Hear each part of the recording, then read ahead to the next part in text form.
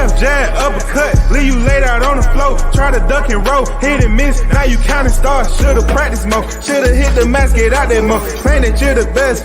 You gotta show me, son, actions over words, baby boy, is you real or what? Talking way too much, world come. Back sports, talking way too much, world come. Back sports, talking way too much, world come. Back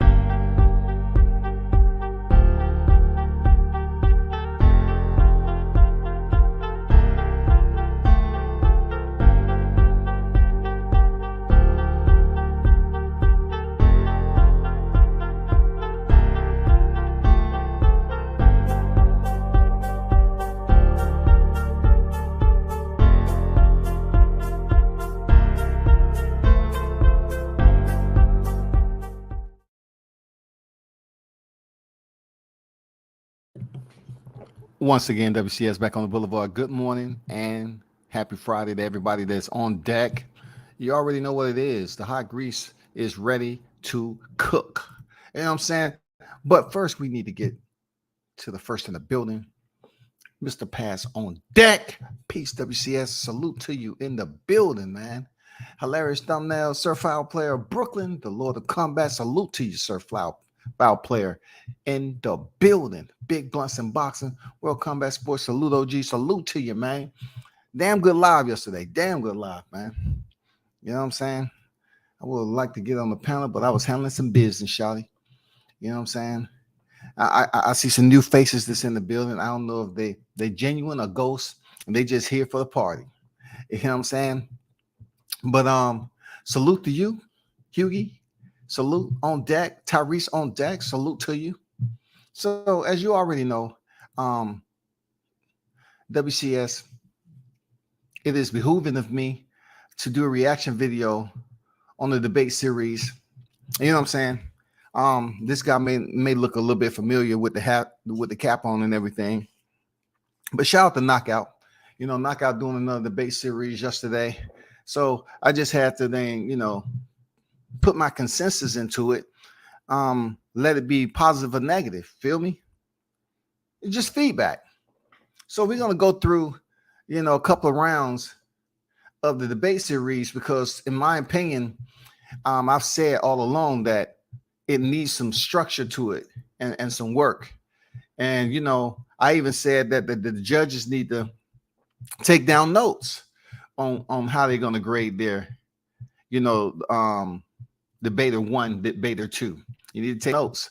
So when you come back with a reply as to explaining how that person won, then it won't be no cause of effect to say you just bullshit. You know what I'm saying? You'll make it seem more professional, more formal, and everything else. Of course, you know what I'm saying? If anybody know the history, there was one point in time I used to, you know, tune in over there, and I just felt like, you know, certain people get upset with who you attach yourselves to, right? Just like they try to sit up here and screenshot my shit and try to get people to leave my channel. But for Knockout, right? You know, he got this sense of arrogance about him, I guess, because he light-skinned than everybody else, right? And, you know, I always used to hear, you know, he tried to take shots. You know what I'm saying? After he came over here in my chat, calling somebody a hoe.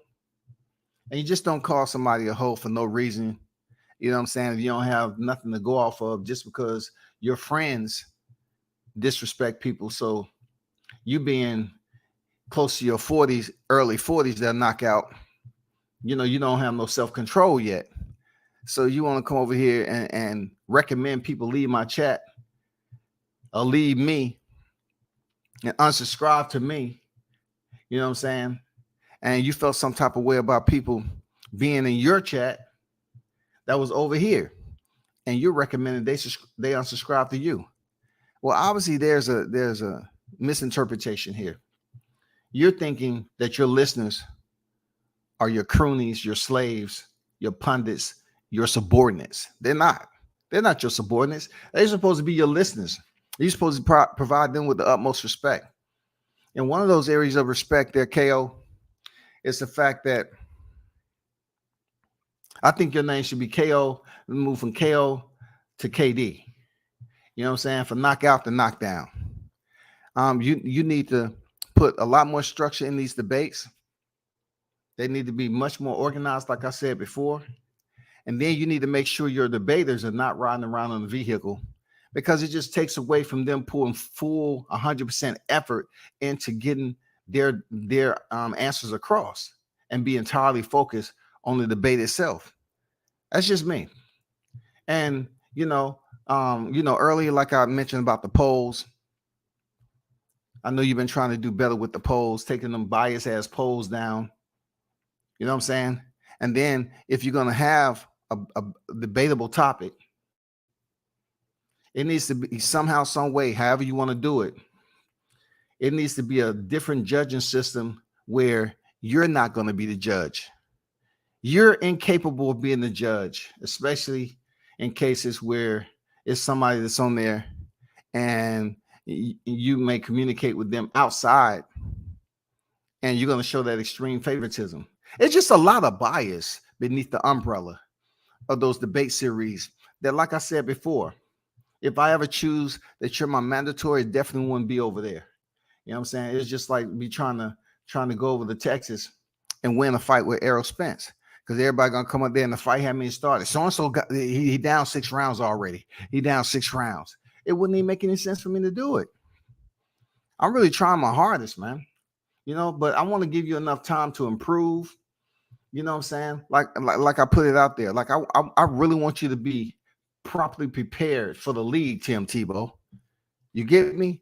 So I want to go to the first round of the debate that happened yesterday. It was between Southern Teed and Nick J, right?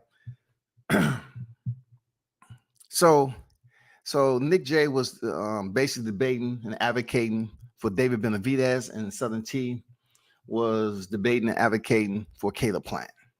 Okay, David Benavidez is a 3-time super middleweight world champion, and Caleb Plant, of course, he was the IBF super middleweight champion, and he lost his title to Canelo Alvarez. David Benavidez has never lost his title. He just lost it on the scale. You feel me? So let's pay attention. Shout out to everyone that's on deck. Tony Boswell in the building. Folks get mad because others carry a different opinion. Everyone has their own opinion, of view of the situation. It does. Everybody should have their own opinion. You know what I'm saying? Everybody definitely should have their own opinion. I have no problem with someone having their own opinion about anything. But, internal to that opinion, if you inject defamatory remarks or you saturate it with belligerency, then it becomes a whole different process where people are not really paying attention no more. They just listening to every damn negative word. They're hanging on every negative word. Then it becomes a full-blown argument. So let's get this popping. We're just gonna listen to the first half of this, and I will definitely inject my commentary in this. I will inject my commentary. Absolutely. And it would be as non-biased as possible. You know what I'm saying? Because I don't want Knockout running around here, crying and whining again about I was hating on his dang debate series. All I was saying is clean it up. That's it. We're going to listen to the audio because Lord knows if I play the video, the anonymous letters are going to go to YouTube. Hey, get copyright. These niggas be telling, boy. They be telling like it's cool, boy. For real. So let me share this right quick, and we're going to kick this off. Hit the like button if you're in the building. So this is David Benavidez versus Caleb Plant debate. Queens of the Ring Boxing versus Southern T Boxing and Sports. All right.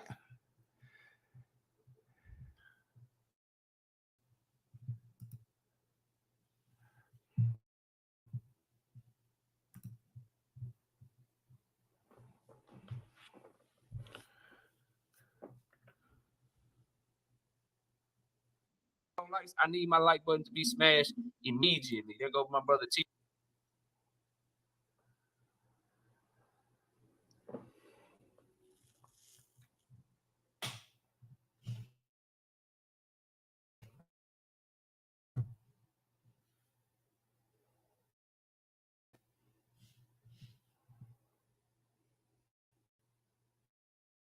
Right there, coming back in. T, you good?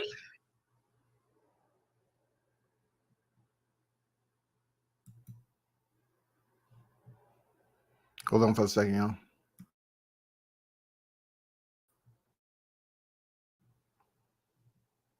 Yeah. Can y'all hear me? Yeah, I can hear you loud and clear, bro. You got your round. You got your round one rebuttal. You got 5 minutes. It's on you. Okay. My bad about that. But I did. I don't know why this shit. Come on, man. Stop playing.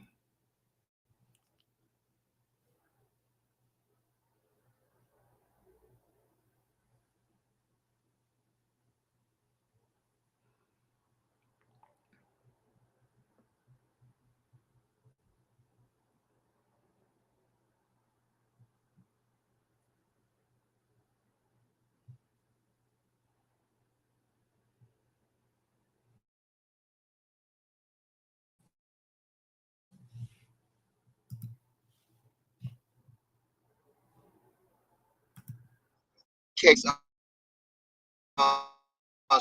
some that she said, and I'm the one first. Right. It was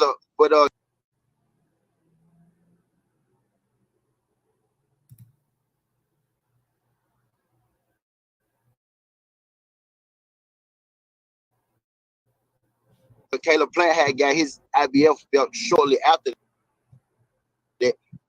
It was the second, like it was another time they were supposed to fight, but Dave Benavidez ended up losing his belt because he lost weight on the scales. You know what I mean? So that kind of.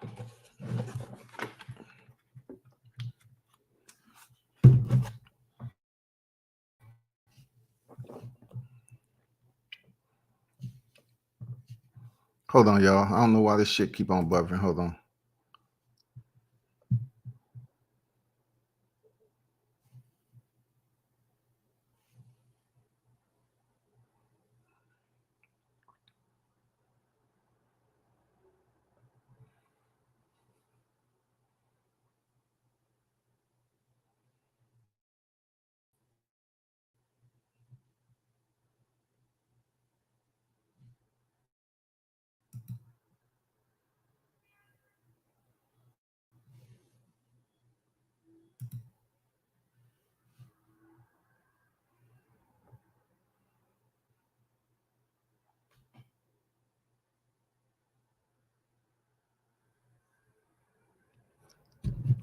Hey, my PC ain't trying to play this goddamn debate. Oh shit. Give me a minute, man. Of all videos, I've been listening to this video. Look, I've been listening to shit perfect all morning. If I get to this video, it's like buffing his ass off, boy. This is uncommon.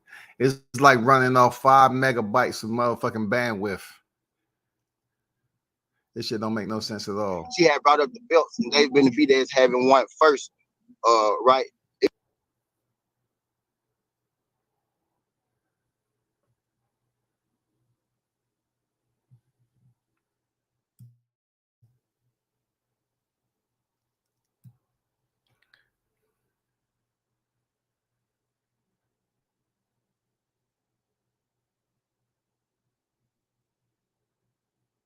It was but Caleb Plant had got his IBF belt short.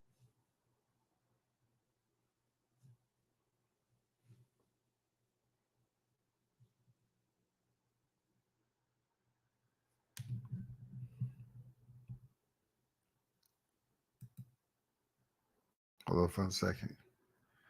I think that might have been.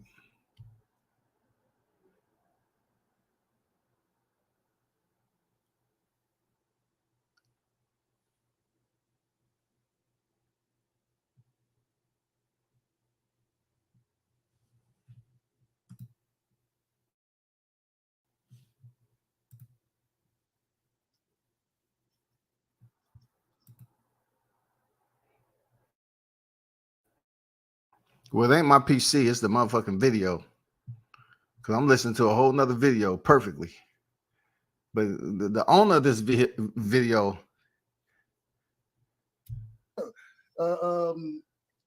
Caleb Plant, you should have.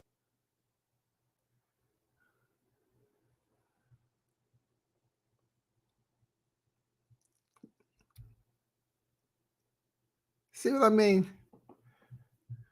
I'm listening to 2 other videos easily. Shut them down, and this the only video that's buffering. I don't know if we're dealing with the string to can effect, with this. I don't know if he has a co-hanger, you know what I'm saying, with his internet connection. But all the other videos I'm listening to are just fine.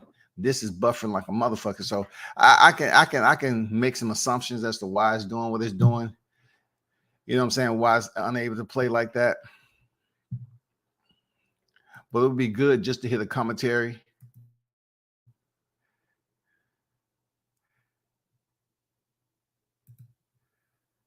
But hey, it might be a blessing in surprise.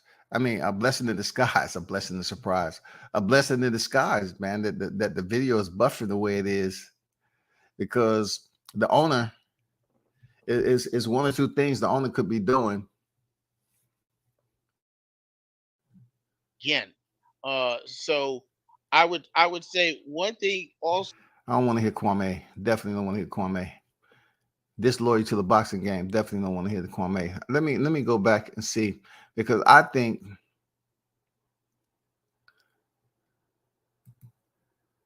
I'm definitely not going to spend too much time on this. Next time, I'm just going to get the audio as it's going on.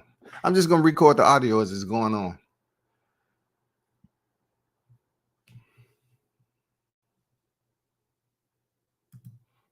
Because all other videos that I have up right now playing just fine. No buffering, no nothing. But this ghetto ass debate series, though, I think somebody didn't pay their bill. Truth be told, I think the bill wasn't paid, or that shit is being. I'm not even gonna put it out there.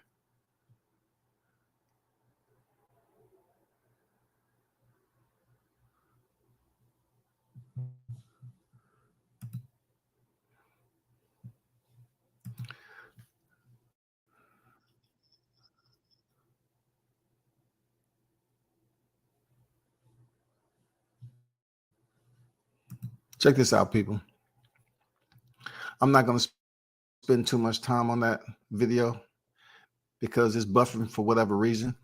I can come up with many reasons why it's the buffering like that. It's not even playing, but I'm not going to give anybody else any helpful hints as to why this shit is not playing the way it's supposed to. Of course, there might be some apprehension,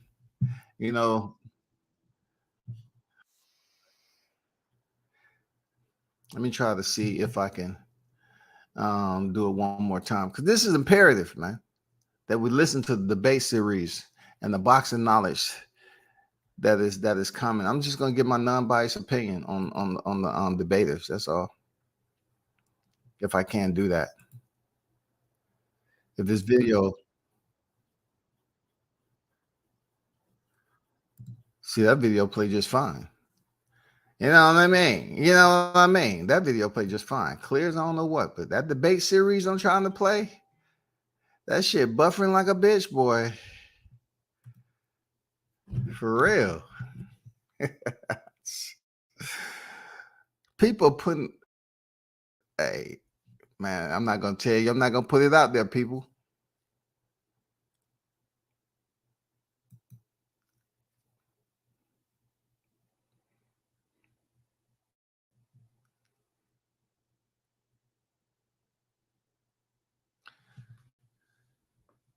I return. I will return. I'm not going to waste any more of my live stream on this nonsense.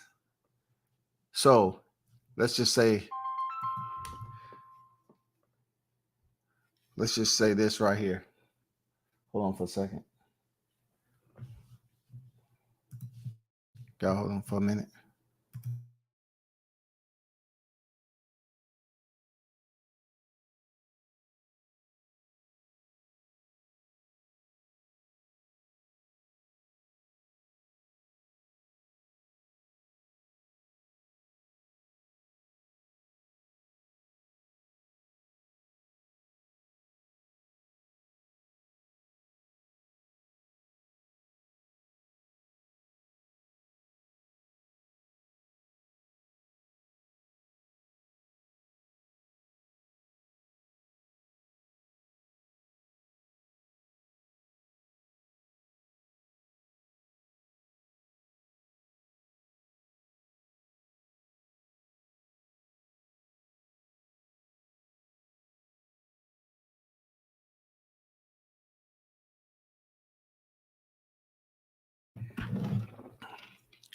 Okay. So this is what we're going to do on this, right?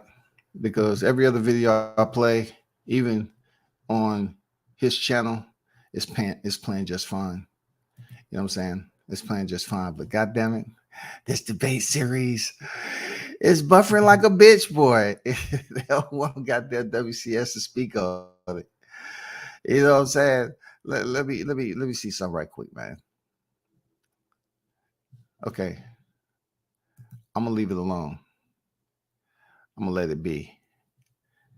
I will return though. I will return. But anyway, like I was saying, you had a David Benavidez and Caleb Plant debate, which the debate itself, it's just how well if you are able to opinionate yourself. I would suggest like if it's gonna be a debate that both of the people be stationary enough to provide their full attention to the debate, so it won't be so ghetto. You know what I'm saying? Like Southern T was riding around in the vehicle on the latter half.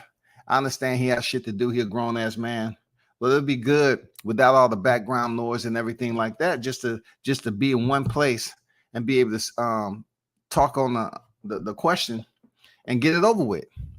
There's no need for me to really start, going into what these debaters was talking about until I'm able to go along with the audio.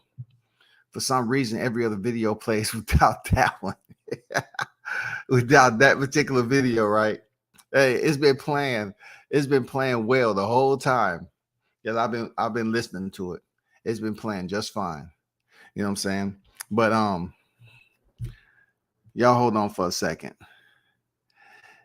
Hold on for a second. We're gonna do something else. Hold on for a second, y'all. Hold on for a second. It's always a will, there's a way. You know what I'm saying?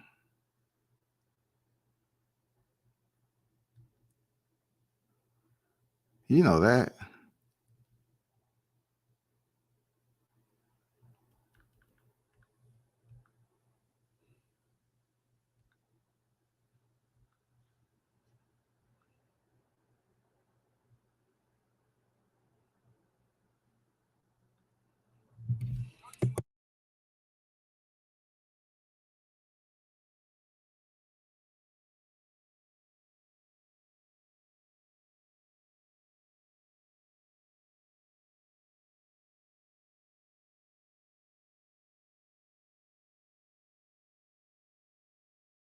And shit, right side. What we looking for, man? I'm expecting a show. I ain't gonna hold y'all.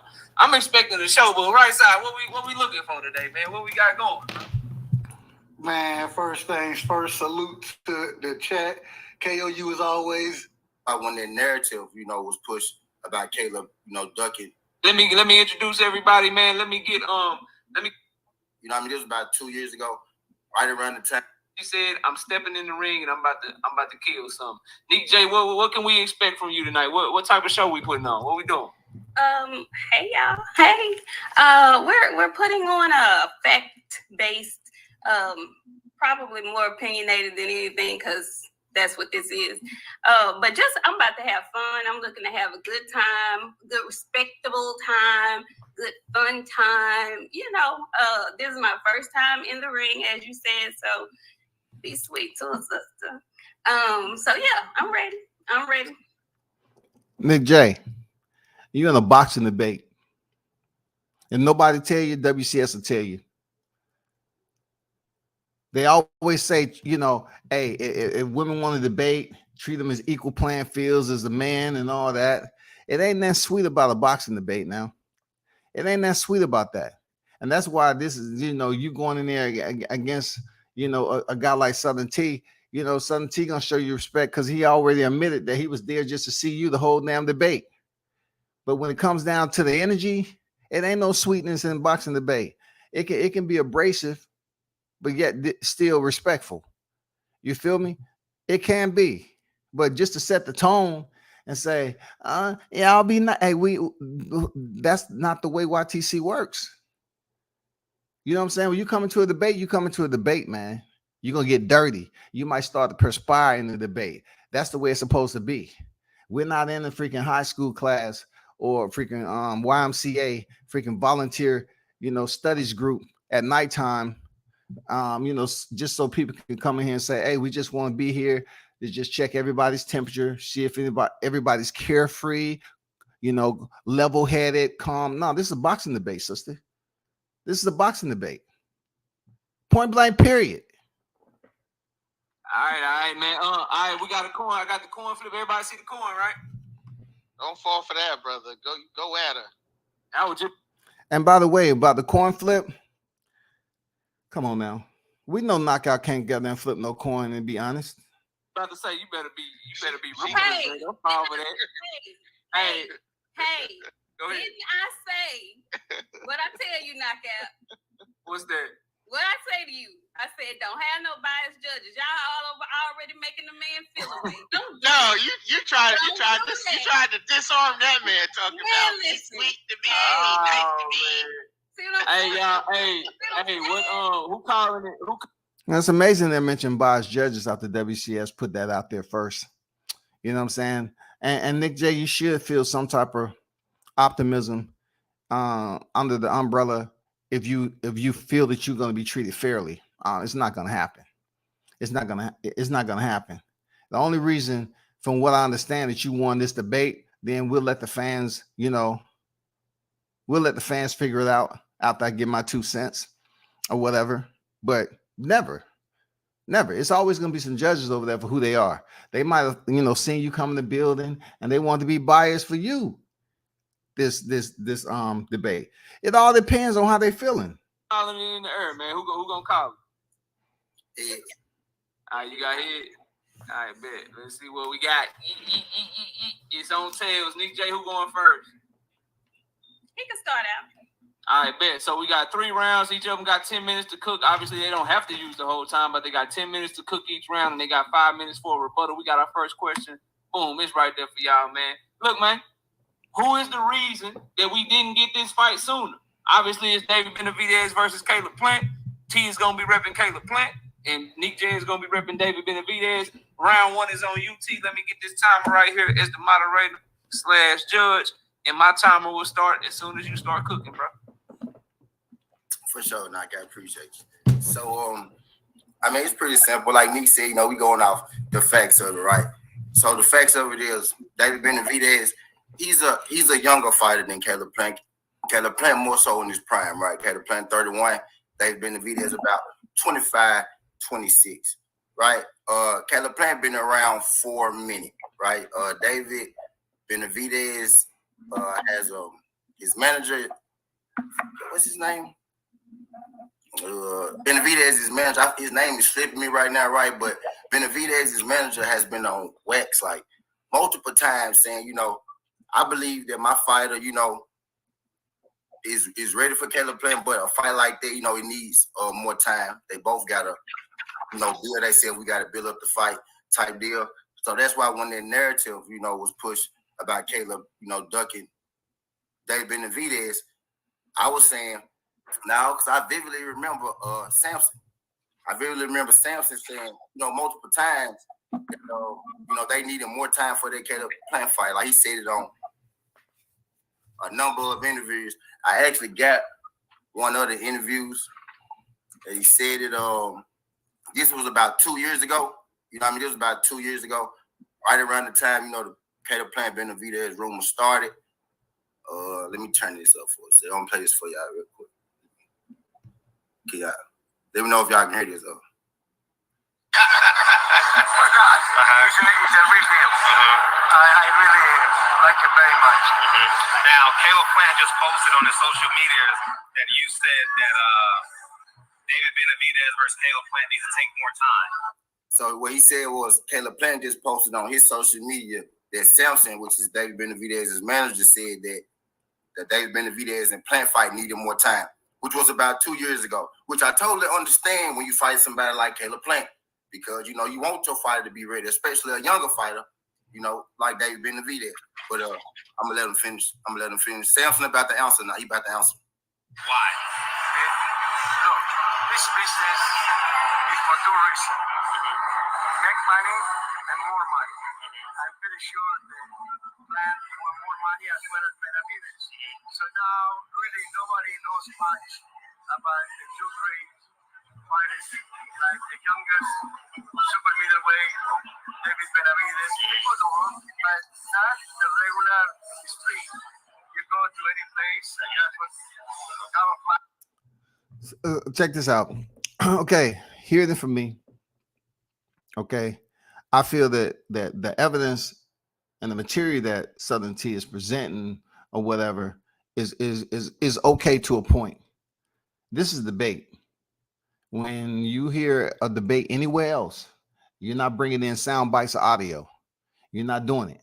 This is straight off recall memory off the dome. When you bring in audio, it just takes away from the debate itself, because everybody can hear you talk, just like they, knockouts listen to me talk right now. You know what I'm saying? You can hear people talk. This is what I'm saying. Like, bro, you need to sanitize this shit and provide some structure to your debate series, because you can't bring audio into the equation and have people try to listen and appreciate what's being talked about on the channel. That is something that Southern T should know verbatim on what he's trying to explain to the people, verbalize it, and then get on to the next point. You know what I'm saying? If everybody brought in sound bites, I mean, come on, it would be very limited coming from the person themselves, the debater themselves. That's why it's called a debate. It's called a debate. That's what it's called. I mean, bringing in audio that's very unclear on everybody else's, devices, depending on what you're working with, it's just going to be somewhat of distortions. It's going to be very unclear. Debate should be strictly coming from the debaters themselves, clear, concise, straight to the point, and provide clarity to the listeners. Bringing in audio, I'm not saying his point for bringing in audio was off basis, but it shouldn't be no audio included in the debate. It shouldn't. Not a debate series, which you're trying to say, well, I'm having people on and we're going to debate. No, have them debate what they know right off recall memory. That's what it's about. David Benavidez, he needs another two good fights, and then he can go to be a pay-per-view. So basically, this David Benavidez manager saying that was 2 years ago that David needed about another 2 fights before he was ready to fight. You know what I mean? Caleb Plant, and it will probably be on pay-per-view, which exactly is what's going on right now. You know what I mean? So it's clearly David Benavidez I won't even say it's his fault, right? Because, like he said, it's just the business. It's clearly David Benavidez it was their idea to have the fight happen later as to sooner. And I think that was smart, because I think Caleb Plant would have beat him worse than he go beat him when they fight in the upcoming fight. But that's all I got. All right. That's the end of the first round for T. Nick J, it's on you. Let me get this timer back at 10 minutes. All right, the timer starts whenever you start talking. You got 10 minutes. It's on you. Okay, so the one thing that I will agree with him on, and I'll say this at the top, is that I don't necessarily believe it's anybody's fault that it's happening now. I don't think the fight is happening late. I actually think this is a perfect time for this fight to happen. So I completely agree with him on that point. But I got to win this round. So the best way for me to do this is to expound on something that he started with. They have a little age gap difference, correct? Caleb Plant is now, I believe, how old is Caleb? Caleb, I believe, is 30, and David is 26. So there's a 4-year age gap there. Caleb should have been done had the belt. Like, if we're going to talk about why it's late, sir, you had plenty of ample time to beat and got the belt when David was up for the mandatory, or when he was fighting for the belt wouldn't have been vacant. You had 4 big old years. David won his first title before Caleb won his. So we're not going to put it on David that, you know, we had to wait on you. No, we've been waiting on you. We done had the belt before, and we had it again. We ain't gonna go there, but we've done that. So we're not waiting on you. And with that comment that he played about his manager, I'm not sure. You keep saying it was 2 years ago. I'm not sure if it was 2 years ago, 3 years ago. But what I do know is, in between that time, we had a thing called COVID, and COVID came and screwed up everything in the boxing game. And once COVID came. So right now, Nick J, I would give it to her. You know, she's firing on all cylinders coming out the pocket. You know, when people go second behind somebody, it does give them that reaction, that ammunition to fire back off, you know, what you said to open up your statements. I felt that Southern T, this is not his best opening as far as his debate goes. It's not his best, man. I've seen better from this dude. But for Nick J, she's coming out the box. She's on point with some shit. You know what I'm saying? She even highlighted COVID. You said 2 years ago, we just got in 23. So it's a roundabout what you're trying to, you know, how you trying to frame this up. Both of y'all should have dialed this in and know if you was going to use it as a talking point, then you got to be specific on when you're talking about. If you want to bring in so-and-so's not fighting for the belts, or he had the belt this long period of time, well, you gotta dial it back and find out what month, when did David actually become champion, where was Caleb at during that time in the division, and kind of link that shit up together. That's what you got to do. You got to link it up together. You know what I'm saying? But I will check her comment as far as, you know, mentioning COVID, because COVID did play a role in fights being made in boxing. It absolutely did. It absolutely played a significant role. So if you're going to bring in 2 years as far as, you know, that being the reason as to why this didn't happen and that didn't happen, then you also got to factor in, we're not exactly talking about 24 months, but we also got to include 2020 when COVID actually hit. And then how long it took boxing to get jump started in 2021. You know, boxing just started to, you know, turn a little bit and get back in the groove in 21. And then mid part to late 21 to 22. Okay. But I would say she's firing on cylinders right now.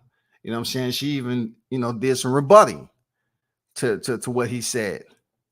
You know, even if she didn't know specifically, she still put it out there that I don't know if it was 2 years ago or longer or whatever, but we did have COVID. That's how you win debates. That put a halt to a lot of shit. Now, David was actually the first fighter to fight coming out of COVID. So if we being technical and we slicing and dicing, which I know we're going to do, I give him a slight pass on that because we were in an unprecedented time. I know we're going to get the argument that, you know, he should have won the belt or he should have had the belt. Well, shit happens. Okay. Tell me who still ain't dealing with some shit from COVID. So I ain't going to trip on that. But I do believe if it's going to be anybody's fault, it should be Caleb, because Caleb could have had the belt and David would have been the one fighting him for it already. If that's what we're talking about waiting on, you had 4 big ass years to do that. Okay. That's it. Okay, that's around one. All right, T, you got 5 minutes to rebuttal, man. It's on you, bro. Okay, so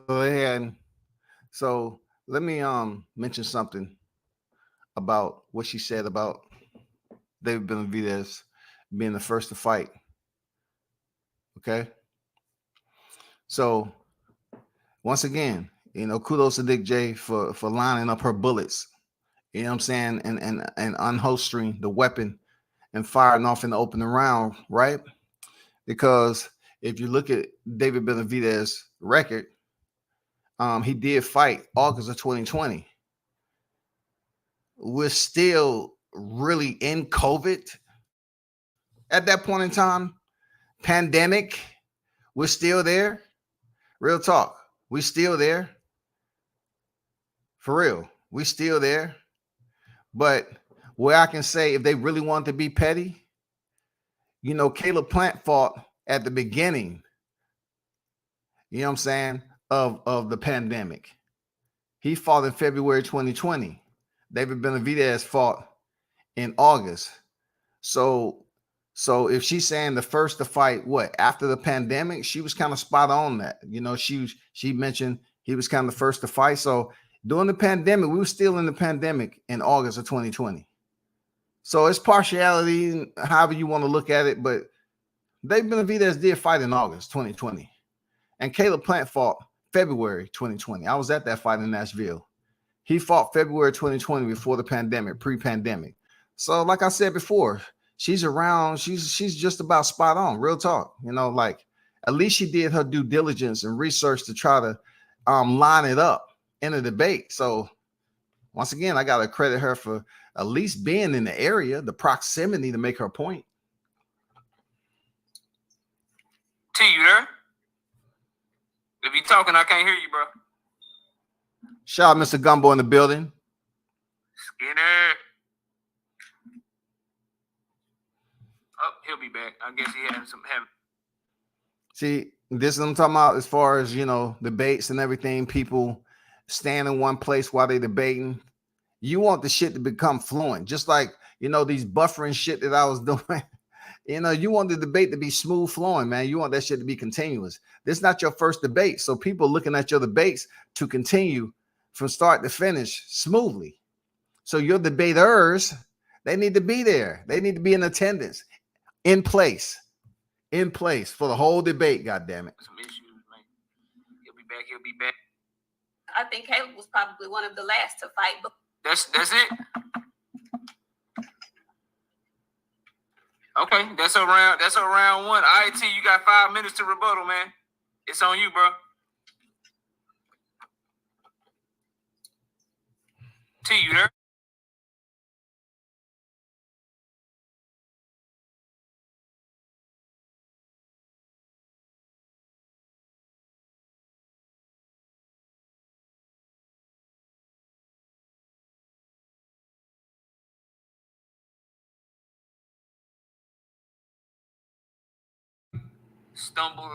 Stuttered on something or something like that, don't help him out in the chat. You can't debate from the chat, man. If you want to debate, hit my email or hit me up on Twitter or something, man. If you want to debate, you gotta hit me up. You can't debate from the chat. You can root, you can say facts, you can drop some fire emojis, some laughing emojis, but don't answer questions from the chat and help people out, man. We gotta let them go. Let me pose this to you, Knockout.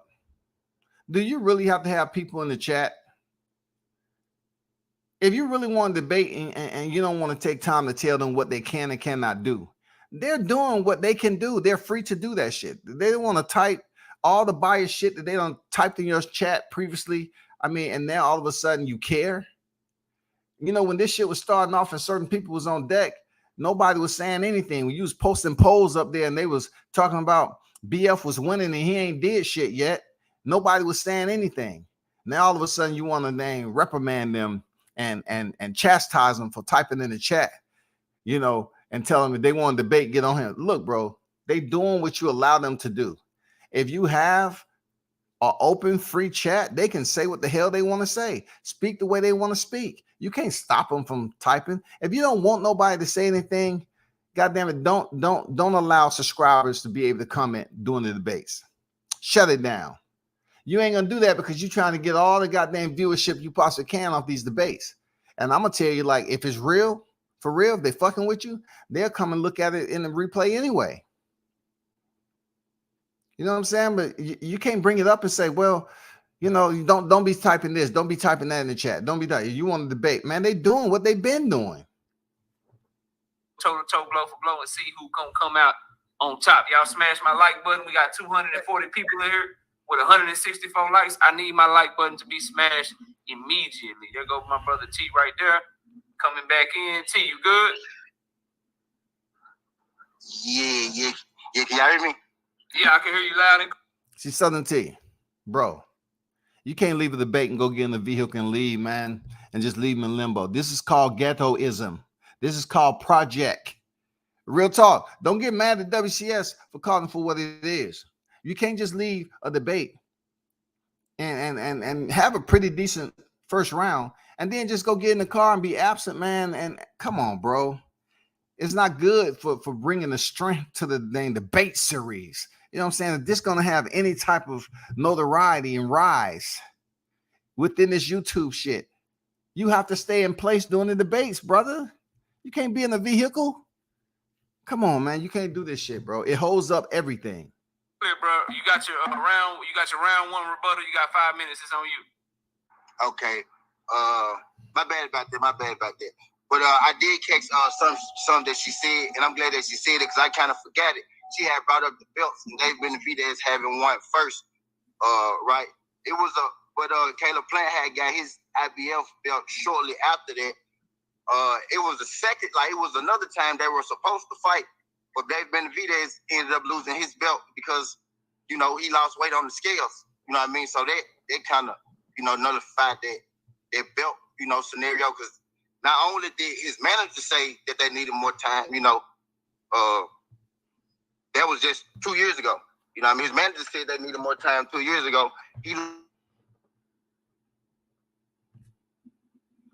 This is them talking about knockout. This dude is in the vehicle. The system is going to be fucked up. You know what I'm saying? The signal and everything else. That's why you have to tell them the little small things count. You know what I'm saying? You're trying to make this a thing on YouTube, but yet your people are everywhere. So if he's going in and out, how are you to properly grade him? So I'm gonna tell you like this: if it was me, if I can't hear what he's saying and the clock is still ticking, and Nick J is still on deck in place, and she gives her rebuttal, and that shit goes as planned from start to finish. Oh, she definitely got round one off the rip, just based off where she's at, being able to be heard. She's clear. She's getting her bullet points off. Hey, if he's in the car and he's driving through a bad area, that's on him. You have to tell them ahead of time not to be in the goddamn mobile headquarters. Fight. You cutting out. I mean? So they had. What happened? No, you good. Go ahead. You good. I was cutting out. Yeah, a little bit, but you good now. Go ahead. My bad. But yeah, so what's the last thing you heard? I heard you talking about David losing his belt on the scale. Ghetto. This is the bait that Southern T. You ain't asking what's the last thing you heard, man. Come on, bro.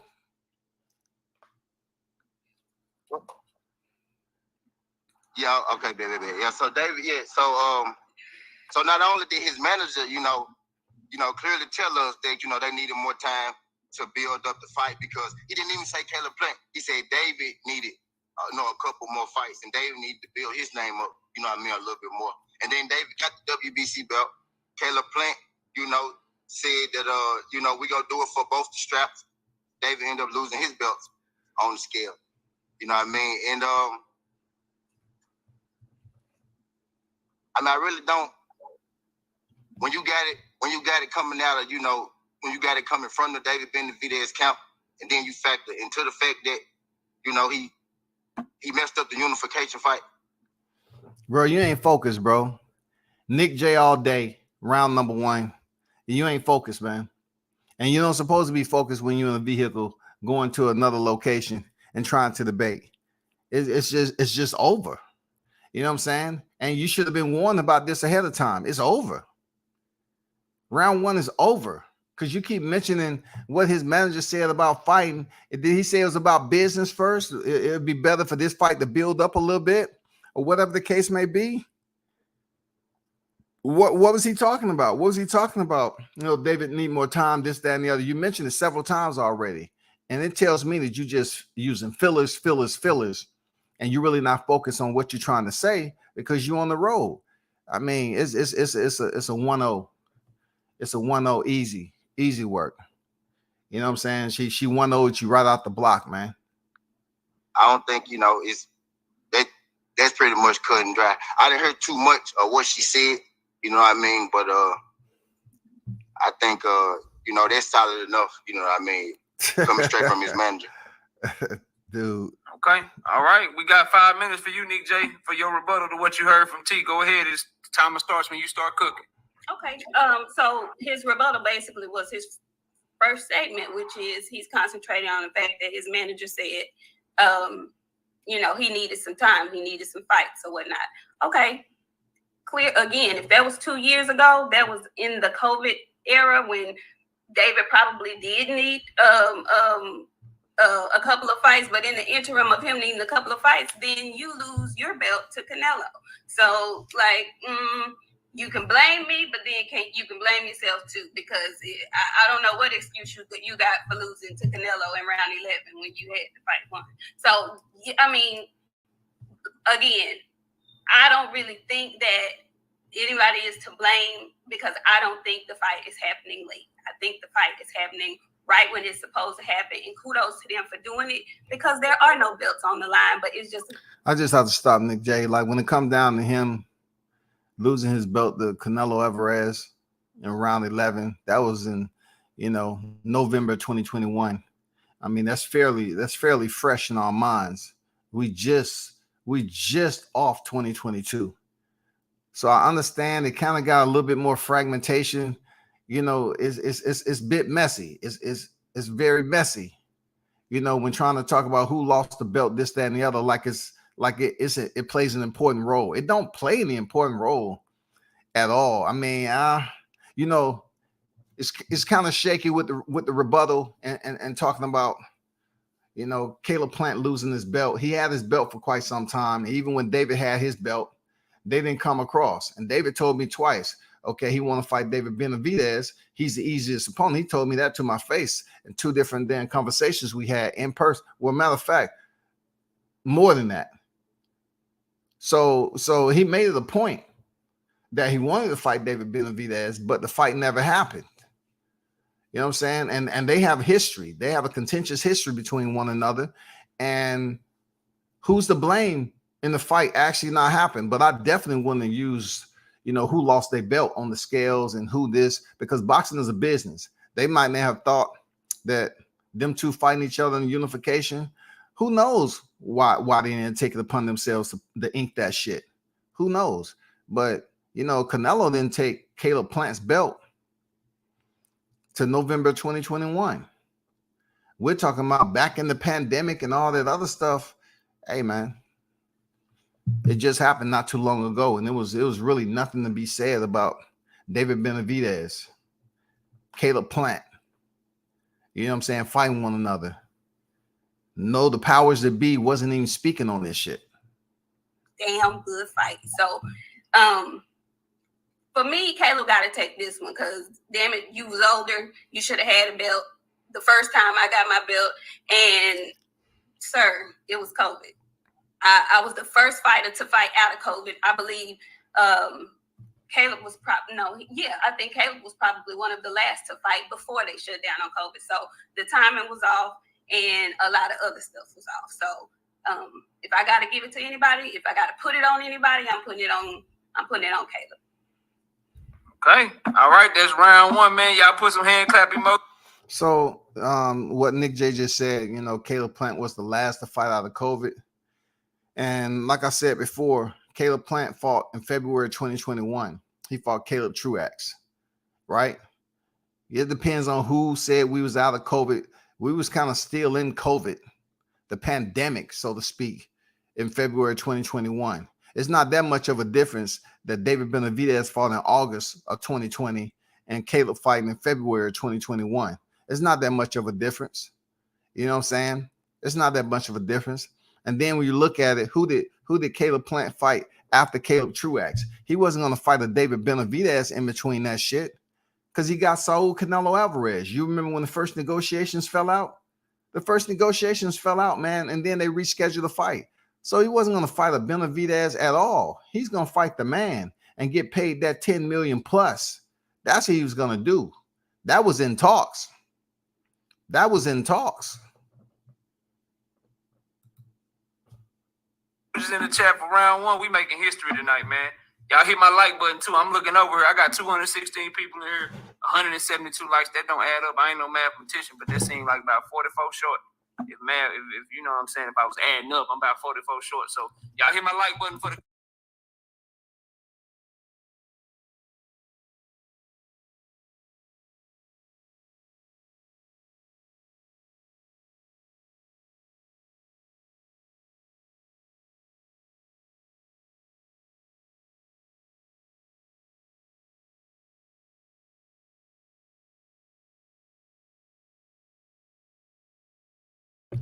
This is the judges now. With Caleb Plant losing to Canelo, getting the David Benavidez having the belt first, those things were just spelled out for me. So if I had no idea about this actual debate or argument or the subject matter, it was easier for me to form a picture of what happened by Nick J.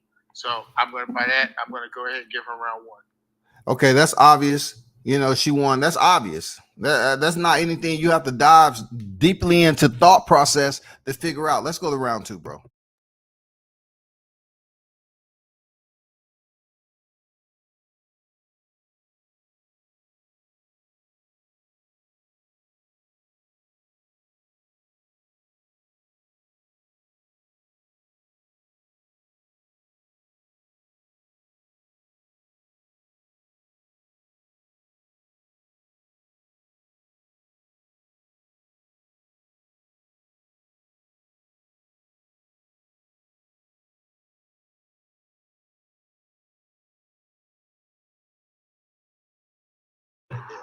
Well, I'm gonna just go back, the instances that I seen them. The question is, which fighter had the mental edge going into the fight? Which fighter has the mental edge going into the fight? In the same places together, right? So there's that one, interview where I'm not sure that was in the hallway or something, right? But this is around right when they first started talking about the fight. It was David Benavidez and Caleb Plant, and both of the guys were saying that this fight gonna happen. They were saying that I'm not ducking, you not ducking, right? And David Benavidez counter was just playing off the energy of Caleb Plant. Like Caleb Plant was the one, dominating the conversation. He was dominating the mic, right? And then Caleb Plant said something else. He was like, now I know David Benavidez can fight, right? But you want ugly motherfucker. You know what I mean? But David Benavidez just laughed. You know what I mean?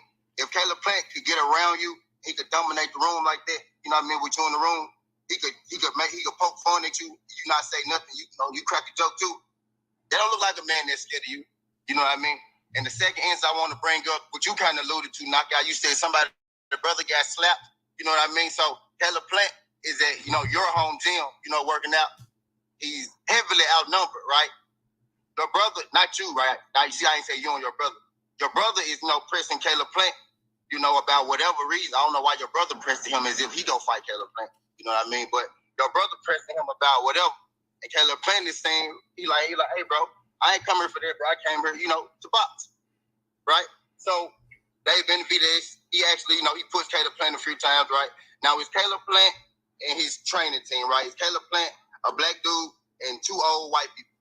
You know what I'm saying? So Caleb Plant is clearly outnumbered. It's like 4 people on Caleb Plant's side, and it's about 12 people on Jose Benavidez's side, David Benavidez being one of the people, right? So, like I said before, right? You want to talk about headspace. I feel like, some of my thought process right now is being abused, fraud, waste, and abuse. Southern T, I don't know where you're going with this. Like you starting off and you're not focused, bro. I've seen you in better debates than this, and you was dialed in. You're not dialed the fuck in with this, man. You're talking about an incident that happened, and yeah, you're not talking about something that didn't happen. It went down, but we're talking about the mental edge. The mental edge. Can't you use fight comparisons? We're not talking about how they have a run in with one another, because guess what? We seen this shit go down with Crawford and Spence. and having a run-in with one another. So are we going to propose the question, who had the mental edge coming out of that freaking meeting when they crossed paths back in the day? Like, that was just something in the gym. And we're talking about Caleb Plant and David Benavidez. We're not talking about Jose Benavidez.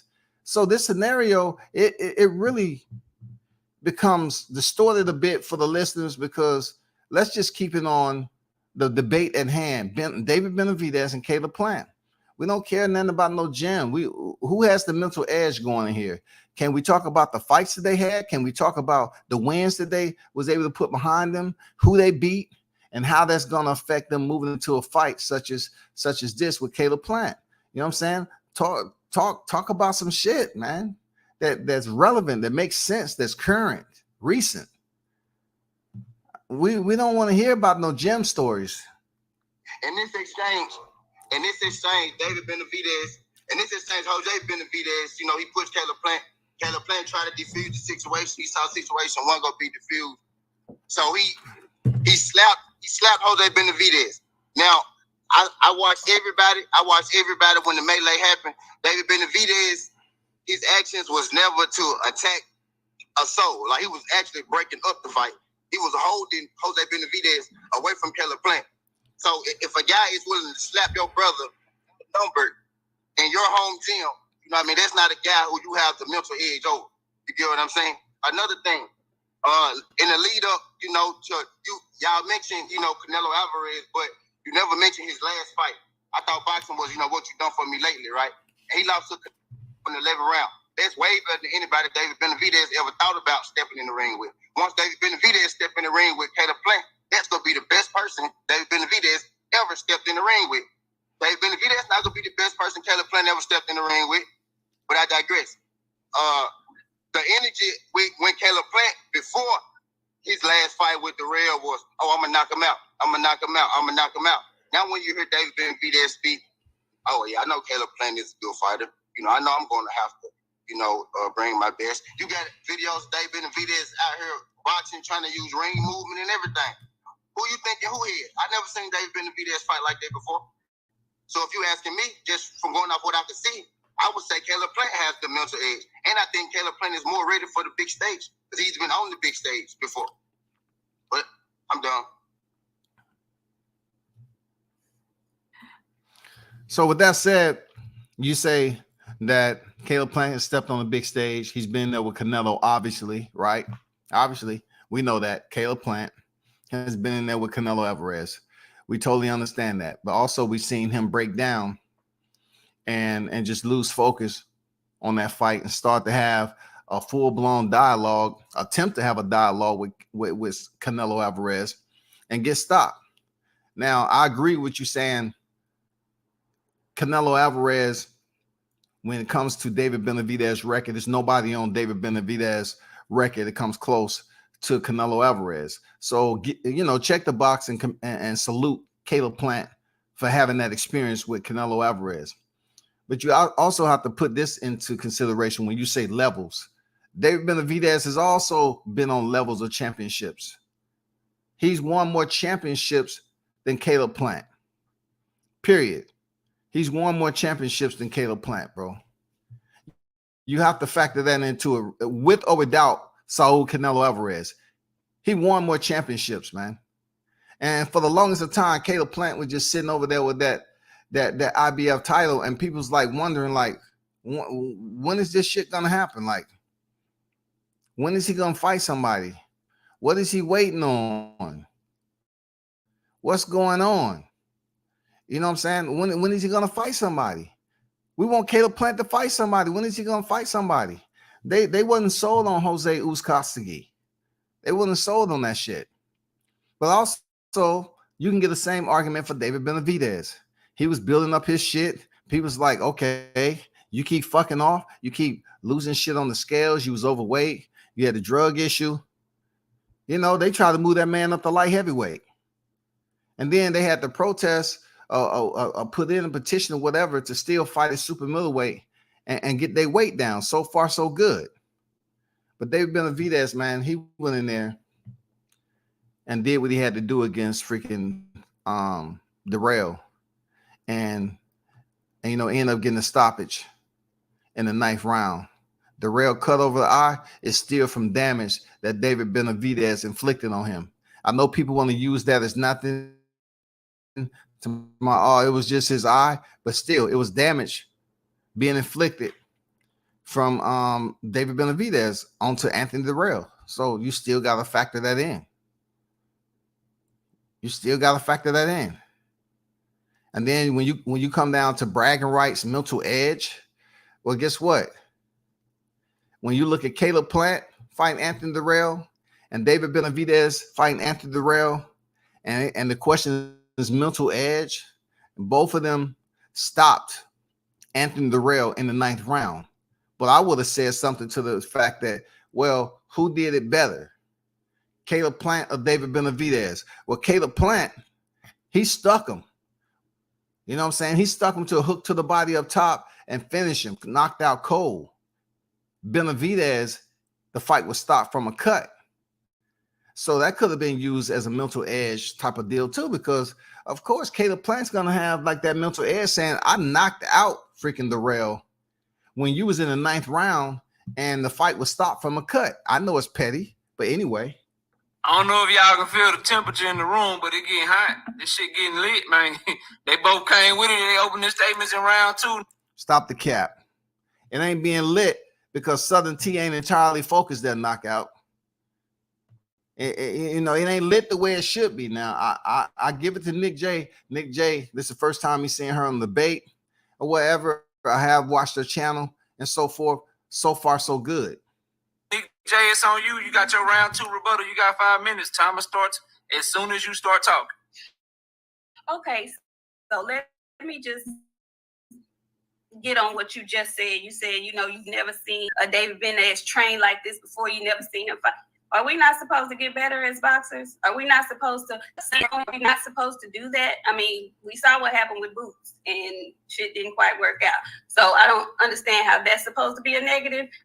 So here we go again when Nick Day bringing up some valid points of reference. She bring up a more recent point of reference to Boots Ennis and his performance.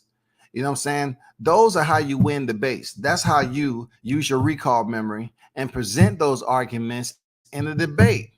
You use shit out of nowhere that is relevant. And if it's more recent, that's even better. Because he's training for his particular opponent? No. To me, that's mentally knowing that you have a good boxer, a great boxer in front of you, and you actively preparing to beat him. That's what I would think that is. And so your other point about the whole gym scenario, I saw that and I looked at that again today, and I looked at it specifically to see the demeanor of one David Benavidez. In my mind, he stays in character. He is the same person all the time. You see him get a little bit riled up, but in that situation, they were in a boxing gym. It was his brother. He was there in case it got super funky. But in my mind, he's thinking, no, I'm not going to do this because I know I want him down the line. I'm going to get him down the line. It ain't nothing really happening to my brother. That's what be happening to a lot of men. Your egos and shit get in the way. Why risk that when it was handled? Another reason why I wanted to say it's cooler heads prevail. Cooler heads. This is the first time I heard, Nick J freezing up a little bit in the rebuttal. Freezing up don't mean too much. It depends on how long you freeze up. I mean, you're on a time limit, so I can talk, right? I could talk and stop talking. I'm still on the clock. It don't matter. It don't matter. You can pause, freeze up, or whatever, as long as you're not coming back with any information that's untrue. You can freeze the fuck up, but you're on a time.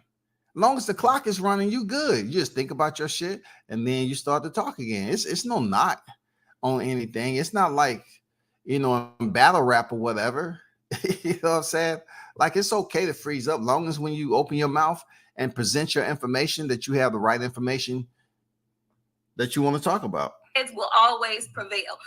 Caleb Plant plays like the hot head, but I don't really think so. I think the cooler heads will prevail. I think the cooler head who's constantly cool, I call him David Stein, because he's just going to come forward and beat this man down. I believe that David Benavidez is much, much more mentally ready for this fight. I just don't think that much about Caleb Plant. And as far as Canelo being the best fighter that he's seen, that's your opinion. Canelo don't do it like that for me. So if I'm talking about David Benavidez and who has the mental edge in this fight, I'm going with him because Well, hold on, Nick J. They got to do it for you now. They got to do it for you now. You can't just shut down a point that he made, and it has a entire. I'm talking about the volume of validity is damn near non-debatable. You know what I'm saying? Now you get into the BFTV being absolutely in point blank denial on shit that is true, as somebody else said. Yeah, we can factor that in. God damn it, Canelo is a name that's on Caleb Plant's resume, right? And he did get around with him. So when you look, when you take a peek, when you frolic, when you take that time, David Benavidez's resume, he does not have a Caleb Plant on that bitch, man. I mean, a Canelo Alvarez. He don't have a Canelo Alvarez on his damn resume. Caleb Plant has a Saul Canelo Alvarez on his resume. David Benavidez does not. It plays a huge role. And you mentioned earlier about you believe the fighters get better. So don't you think Caleb Plant potentially may have gotten better stepping in the ring with Canelo Alvarez? Yes, man. Yeah, hell yeah. He had to learn something. But does David Benavidez have anybody on his resume for us to say, you know what? We can compare that dude to freaking Saul Canelo Alvarez. It's nobody. Nobody. When I say nobody, it is absolutely nobody, Nick J. Nada. Nothing. When you look on David Benavidez's record and say, oh, we can compare this guy to Canelo Alvarez. Nobody. So Southern T is right on point with saying pretty much Caleb Plant has that experience with Canelo Alvarez, and he's had that moment where he stepped in the ring and competed against Canelo Alvarez. I mean, one of the top dogs, one of the greatest fighters of this era. And Caleb Plant had the opportunity to step in there for a unification bout to defend his IBF title in an undisputed fight. That's mad. Like, that's madness right there. Training camp is different. You going in there about to step in there with Canelo Alvarez, and then y'all have a slap fest. Man, it's a lot. Hell yeah, he got some mental edge in that fight. He got some mental edge heading in there off the Canelo. He does, bro. Point blank period. He has some mental edge that improved in that particular moment where him and Canelo, throwing hands with each other, to that build up. Just the whole experience with them touching gloves and going in there into the 11th round. It's a lot that Caleb Plant learned from that shit, bro. So I totally disagree with you're not sold on it. You have to be sold on it. You have to. You have to be sold. If you're a real boxing fan, you up here debating this shit, you got to be sold on this. You can't just devalue Canelo Alvarez and act like he's not somebody of importance that a fighter can learn from when you just made the point that a fighter improves. It's not like a fighter don't improve over time. Yes, Caleb Plant improved by going in there losing to Canelo. He improved off that. Just don't believe Caleb. I think he's acting for the cameras, all the tough guy stuff. And he sat up there, like I said, I don't know who he is. While he was in that spat with that man's brother, I watched that too. He did all that talking and then tried to turn and act like it was all done. And then that's when he wanted to swing. And then he let his coach get beat up. So I don't know. I just don't think he's that mentally strong. I just don't think. I totally disagree. Caleb Plant is mentally strong. Come on, Nick J. It's a part of that research that you just left vacant. You know what I'm saying? You should have goddamn folded the pages and kept on turning and turning and turning and reading and looking up and doing some research. Caleb Plant is definitely a mentally strong fighter. He's definitely a mentally strong fighter now. People are forged and pretty much built from their personal lives. This man has had tragedy. This man mother was gunned down. This man lost a kid that was all over. I mean, come on, bro. I know this is debate, and I know you're advocating for David Benavidez, but you can't just say David Benavidez. Caleb Plant ain't mentally strong based off the points that you made. It makes no sense to me. So, and a lot of people in the chat, a lot of guys in the chat, I don't know if y'all have kids or not, but the reason why I was saying that David has a toddler, his child is a little bit older. His child is a little bit older than Caleb. So he has the routine down. He's had a few fights with him. And so that's why I made that statement, just to clarify. I don't know what Child's age mean with having fights with the Childs, whatever. But in my opinion, it's pointless, frivolous. You kind of sloped down a little bit. You came out on fire, but you kind of slowed down with that shit because you talking about the adversity that Caleb Plant had to experience. And when has Caleb been in a fight where he just showed that he was scared and he was running like Corinne and he didn't have a purpose? Nah, Caleb is that dude. He's mentally strong now. All right. I'm waiting on TT. Where you at, man? Come back. You got your rebuttal round, bro. I know you're coming back, man. This round is fire, bro. You got to come back, brother. Come on. Once again, Knockout, this goes to you. Ghetto. That dude is out there driving through the streets or wherever. And Nick J is in place on the panel and she's ready and ready to go, to listen to his part and he's not there immediately. You know what I'm saying? This can't happen again, brother. Whether you respect what I'm saying or not, I could care less. This shit can't happen, bro. Because when it come down to the ghetto scene, you know what I'm saying? When they used to say ghetto fabulous, this is ghetto fabulous, bro.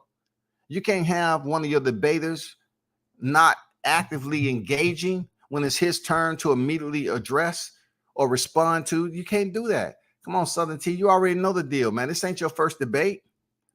This ain't your first debate, brother. You a contributor to this mess too. Come back, y'all smashed the like button, man. They heating up, man. I'm loving the round so far. This one close as hell, man. This shit close. I got a lot of notes here. There you go. He back. My brother go. He back. All right, there you go. T, it's on you. You got 5 minutes, bro. I'm doing a rebuttal.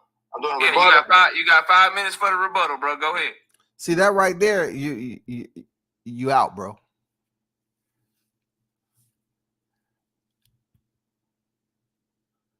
It just doesn't make any sense. Like if you want to hold something that's semi-formal, man, the debaters have to be on point too. Not almost on point, but your attendance is mandatory, goddammit. Yeah, okay. Okay, Here we go. I ain't really exactly too sure what she said. Languishing. If I did hear her say something about it's over. It's over. Over, Southern T. Over. No wonder Nick J had the crown out already. Over. Listen, Knockout, you can't have a person on your shit that's not going to be in place and be driving around the town looking at the goddamn Christmas lights, brother. And then they're not even paying attention how he's supposed to rebuttal and win. He ain't trying to win, man. He wasn't even focused to dial in on this. You know what I'm saying? She has an easy go, man. She had an easy go, real talk. I mean, I'm not taking anything about the content that she put because she did make some valid points, but the debate is over. Just like it was when ETB scorched BFTV. The debate is over. It's done. There's no way that he can respond to the point with his absence and him not being on track, him not paying attention, him asking you the host. He should be penalized for that shit. He should be penalized. If he's asking the host, which is / a judge, you should say, nah, bro, I can't tell you anything. You don't supposed to tell him anything there, knockout. Zero. He's a debater. It's all on him, bro. Cooler heads prevailing after Caleb Plant smacked his brother in his face. And then she brought up a point about, Caleb Plant about, he acted like it was all cool, and then he swung on somebody. Like when it's 4 against 12, so that it's already not fair. So at that point, all that fresh stuff go out the window because it's already not fair. It's 12 y'all. Y'all see it's 2 old people with me. First of all, we ain't supposed to be beating up on old people anyway. You get what I'm saying? But just when it get to Caleb Plant and Benavidez, I've never seen Benavidez. I only seen Benavidez verbally be aggressive to Caleb Plant. It's over because that's a moot point. That's a moot point talking about this gym shit. It's a lot of areas in where you could have took certain fights and say who you think had the better edge, this, that, and the other, or you could have did anything. You could have created a storyline. You could have showed the people that you a critical thinker. You could have dove a little bit deeper down into the boxing aquatics and pulled something up and brought it to the surface that people ain't really heard before when trying to basically provide feedback who has the mental edge between these fighters. Not bringing up this old shit from a gym. The gym ain't on. That's leisure time. That's just them crossing paths, man. That don't have shit to do with nothing. This is where they're in person. He actually had a chance to be aggressive one time, right? Caleb Plant insulted him another time, right? And he laughed. So just when these lights out up here, just when I seen them, in person together, at no point in time does it look like David looks like this monster. The only time David looks like this monster is when he's fighting.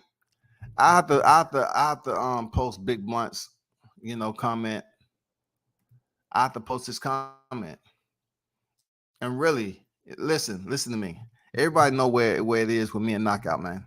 But they don't understand the maturity level, how this nigga keep on talking about old niggas, but he don't understand how old nigga can still come in on his shit and don't give a fuck about the way I think about this nigga. You know what I'm saying? I'm commenting on the debate as a whole. I'm just letting that man know some constructive criticism. And look, it was trash, bro. It wasn't a trash too much on the questions, but it was trash as far as the participation model.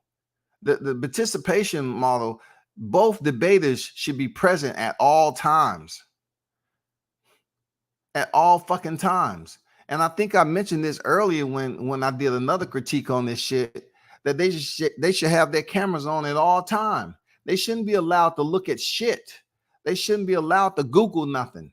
None of that. It's a debate, goddammit. If you get the questions, preamble, you know what I'm saying? You get the questions ahead of time or whatever you get them, you do your research on the questions and then you keep it moving. But when somebody, is not fully vested in the debate, especially how you made this such a big deal, it fumbled, bro. It sizzled. This shit got cooked for the wrong fucking reason. You made a big deal of Nick J coming on the panel for the first time, but she didn't have a willing participant or opposition to give her the smoke. He wasn't there to give her the smoke, dog. That was almost like, truth be told, I ain't gonna lie. That was almost like a voluntary right there. Like, that was an easy touch. That was an easy go. If that's the first time you're gonna have a female on the panel, it's not enough. It's not against another female. At least provide her some worthy opposition that's educated enough in this boxing game to give her the smoke. just like she was giving Southern Tea to smoke. Make it worth the while of the people that's tuned in. This shit was no way even close to being conducive, man. This shit was whack as fuck. You know, the subpar competition that he's been fighting. And I did hear her mention that Canelo really don't do it for her. David really don't do it for me. Because David ain't, if Canelo don't do it for us, David ain't fought nobody as good as Canelo, right? So he ain't fought nobody as good as Canelo or Plant. He got knocked down by, Gravel. You know what I mean? He's not even a puncher. It would behoove you to try and fight, a Canelo, you know what I mean, to get you ready for a guy like, Caleb Plant type deal. But as far as the mental edge between the two, when I seen them in person, you know what I mean, when I heard them talk, David Benavidez talk a lot, but Caleb Plant ain't the only guy, name that he didn't say that he won't smoke with, that he hasn't fought. It's a pattern when it comes to David Benavidez, right? Caleb Plant, when he says he wants to fight somebody, whether it be Caleb Truex, right, or whether it be now Benavidez with the fight getting ready to happen. It would be Anthony Durrell with them having the issue or whatsoever, right? When he says he want to fight somebody, the fight's happen. So as far as a mental edge, I don't think Caleb Plant is afraid to fight nobody. It's David Benavidez with Demetrius Boo Boo Andrade questions, with the Caleb Plant question. You know what I mean? With the Berchervier's questions at 175. You know what I mean? Him saying that. Now, once again, I have to reiterate. I don't know what the fuck Boo Boo has to do with anything. You know what I'm saying? It's been plenty of times where, we was talking about Mal Charlo moving up and David Benavidez didn't even come close to acting like he was scared to go get that smoke. And then for 175, he's not in 175. If somebody choose to fight at 168, keep the same energy y'all aerosexuals keep about aerosexual having no problem standing 147, and everyone sees that as good to go. If he want to fight at 147, he's unified champion, keep it there. But don't force David Benavidez to say, well, he ain't keeping the same energy with Artur Beterbiev at 175. He's at 168. How long has Demetrius Andrade been at 168? How many fights did he have at 168? How many fights? And then what is David Benavidez supposed to make off Demetrius Andrade? A fighter that is considered a banal type of name in the industry that's not going to draw in what David Benavidez is looking for. Benavidez is looking for the big fights. He's looking for the attraction. He's looking to elevate his name, and he's young in the sport. Why would he reach over to Demetrius Andrade just for attendance? You know what I'm saying? I mean, it can go all the way, but I just didn't think that made any points outside of Caleb Plant. Yes, having a name against Canelo Alvarez. You can't dispute that. Caleb Plant has the Canelo Alvarez. But David Benavidez, when it comes to his resume, yes, is a bit of a lower standard when it comes to comparison. Absolutely. I can take that retort. But comparing him to fighters that has absolutely no relevance, like a Demetrius Andrade, Artur Beterbiev for the higher division, you know what I'm saying? And I don't know if he mentioned Mal Charlo yet, but Mal Charlo is from a lower division too. You can't blame that on Benavidez if Mal don't want to move up. He wouldn't. I'm saying that I would have moved up to 75, but I wouldn't have been put in the number one slot. But I got an article sending my thing with the WBC making him number one at 175. That time he missed weight on the scales that we was talking about earlier. You know what I mean? So Caleb Plant don't have a history of prolonging fights or avoiding smoke. But one guy has a history of calling out a lot of names but not making fights happen. I'm done. Already.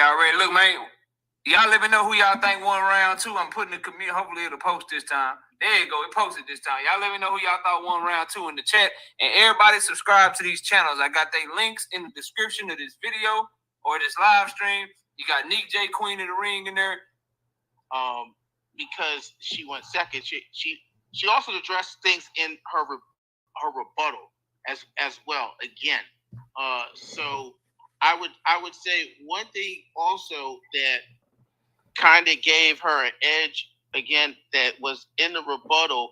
I would just advise you, T, you got to keep your poker face. You got to keep your poker face. You can't, because it looks like, because the way it looked, right? I'm just gonna tell you from a yeah, we can hear you. Yeah, I can hear you. Hey, don't advise me. Just judge the show. Yeah, I'm judging the show. Hey, I agree with Southern T on there. Kwame, you ain't goddamn advising people of shit, nigga. I agree. You ain't a judge. You ain't advising me on the way to look. If somebody want to make facial expression, you got polls going up and them biased ass motherfuckers in the chat. I mean, give advice on that shit. Give advice on no polls being made. Don't sit up here as a judge and overstep your parameters in advising a grown ass man how to look in a motherfucking camera. If that mother want to look the way he can look, dog. You ain't telling freaking Nick J how to look when she come on camera. You know what I'm saying? Just stick to the judging. Don't overstep the boundaries, bro. I know. I'm just you. Hey, just do the judging. I got you. What I'm saying is how Right Side said earlier, to Nick, like, she's not supposed to agree with anything. She's not supposed to agree with anything in the last round. I'm just going off that same energy that, like, in boxing, if you get knocked down or hit, or if you didn't hear something, you know what's going on, you keep your poker face and you deliver. And it just kind of seemed like when you started off your rebuttal, your argument, it didn't really have any fluidity to it because you kind of made it seem as if you didn't know what was going on. And to me, Nick J she was just, she was on her square the whole time, and her points made sense, and I gave her the edge for that round. Okay. I feel you, man. Look, we going into the bottom of the third, man. I mean, to the third round. That up, and because that shit up, but just me thinking, I seen how he got with Jamal Charlo. You know what I'm saying? Who would win the fight, and why would they win the fight? If once the fight happens, there go T. He back. T, I was just introducing you for your round 3, bro. You gotta tell us why Caleb Plant is gonna win the fight, man. It's on you. You got 10 minutes. The score is 1-1 right now, and we're gonna see who about to win this debate right here. See what I'm talking about? How is that possible? How is that possible, bro? It's 1-1 right now. How is that possible? Stop the presses, man. Let's pay attention to the thumbnail right quick, shouty. Shout out to my guy, Shot News and Sauce Experience, aka Showtime Shot on deck. Team Tucker in the building. And somebody explain to me how is that 1-1? How is this debate 1-1, man? See, that's what I'm talking about, man. You don't have to lie to kick it. If you believe a certain person, this is the first time you had a female on the panel debating, and Southern T has been there already, man. Y'all don't have to lie to kick it, man. If a certain individual is coming in and out and clearly isn't focused on the debate, how is it 1-1? It should be a 2-0 slobber knocker. No ifs, ands, or buts about it. Point blank, it's over. Who was not paying attention on that panel as judges? You already know what it is. That's why I call bullshit on this motherfucker. It's shit is biased as fuck. You know what I'm saying? Nick J, in my opinion, is up 2-0, and the shit is over. When somebody go up 2-0, the debate is pretty much over when it comes to the paperwork, when it comes to the results. But if you want to still continue to do it live and speak to the damn audience, cool. It's all good. But how in the fuck is this damn 1-1? Man, let's get it. Okay, appreciate you. I mean, it's kind of simple. I feel like David Benavidez. I feel like he's been moved a certain way, and I feel like the style of fight is going to be David Benavidez is exactly the style of fighter that Caleb Plant is. A pure boxer, right? And now things we got the Caleb Plant fight, but he has a new. See. Knockout, you got to do something about this. You got to sanitize this shit so it don't happen. You big this up so much, and this shit is projects. In my projects.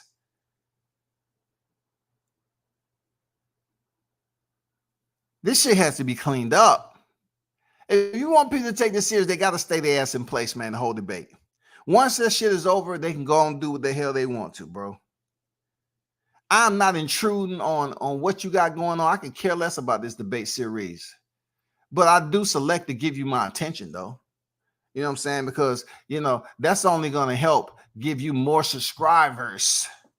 You know what I'm saying? And bring more attention to your debate series. I mean, I was listening to you hype this shit up and having Nick J on there.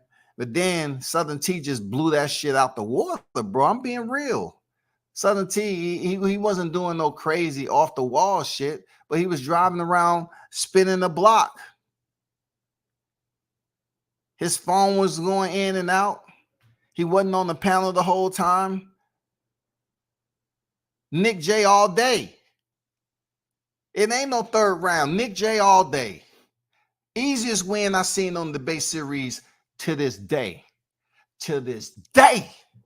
Till this day. It's been the easiest.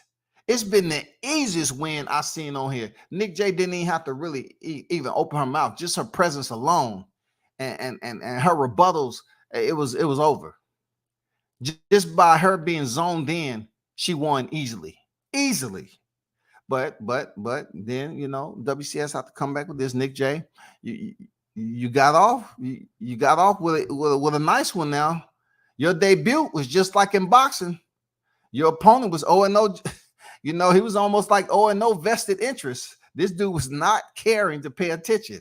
It was like a debut for you. Next time, if you really want to, you know, now that you done got your feet wet and everything, and I know you probably saying to yourself, man, this nigga WCS, what the fuck he talking about? Listen, hey, the next time y'all schedule a debate with Nick J, she needs a more better opponent, more experienced opponent, meaning she got her feet wet. I don't think there was no smoke. And fellas, if you want to take it easy on the female debaters, that's on you. You know what I'm saying? I don't know why y'all would damn take it easy on the female debaters and not give a damn, and then at the end say, I wasn't even really into it. I was just here so I could look at her. That's what y'all, I mean, you did a disservice to the debate, though. Because Knockout made such a big deal that, hey, I got big news, I got big news, big news, shout it. First time we got Nick J on the panel, we got a female. It didn't pan out the way it should be. It didn't elevate to the way it could have been, bro. Because for one of your debaters was out and about. And he wasn't even looking and paying attention. He wasn't even listening to what the fuck she was saying. Right? He's had a fight since the Killer Plant fight. I mean, he had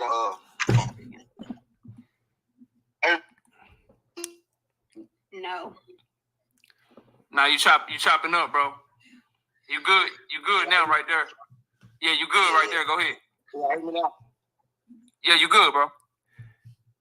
Shout out to Mr. Gumbo. Shout out to Mr. Gumbo, aka Hot Grease. On deck with it. You already know, $10 in the building. Super chat. Knockout 2 out of 3 is a win. Do what Ness told you, champ. Look it up on Google.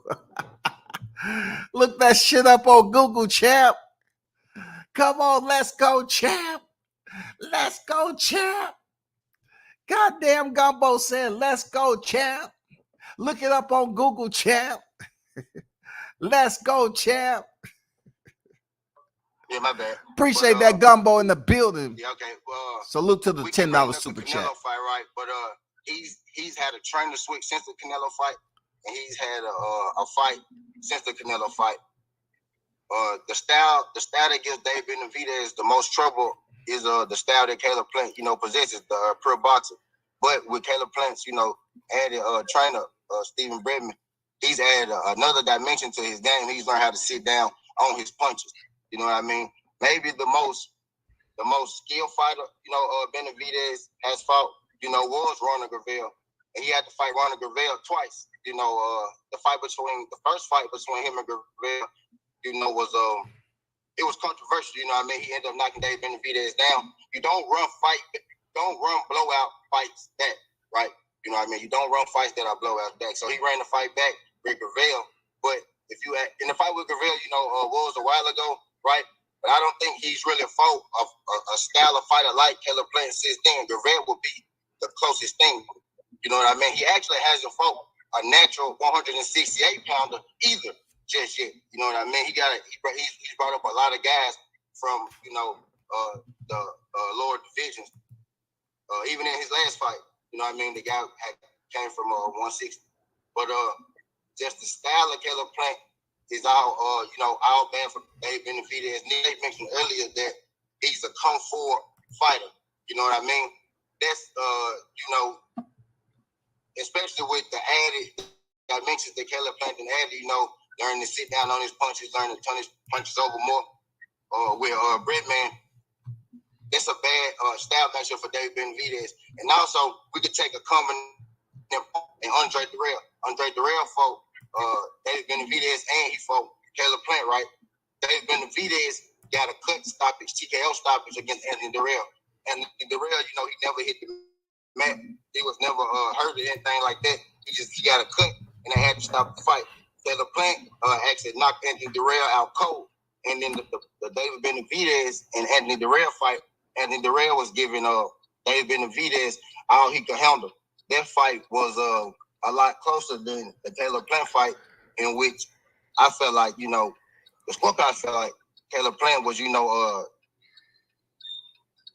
not dominating, but he had the upper hand on Anthony Durrell at the time, up until the knockout came. And I think he finished Durrell in like 9, and I think David finished him in like 8. But one was a TKO because of a cut, in which Anthony Durrell was winning the fight at the time, if I'm not mistaken. He was winning the fight on one of the judges' scorecards, and I think 2 had Dave Benavidez up. You know what I mean? But Caleb Plant ended up getting a stoppage knockout as to where, Caleb Plant got a stoppage, and Dave Benavidez got a TKO. And the whole thing with Dave Benavidez is his power. But if you ask the common opponent who hit hard time, then all right on time, now, guys. Appreciate your hand. Go ahead, right? You goddamn fool, man. I knew he knocked my audio out for a reason. Is gonna walk his ass down. Another one had him down 4. And we all know you start out down 4 rounds on the card to Canelo anyway.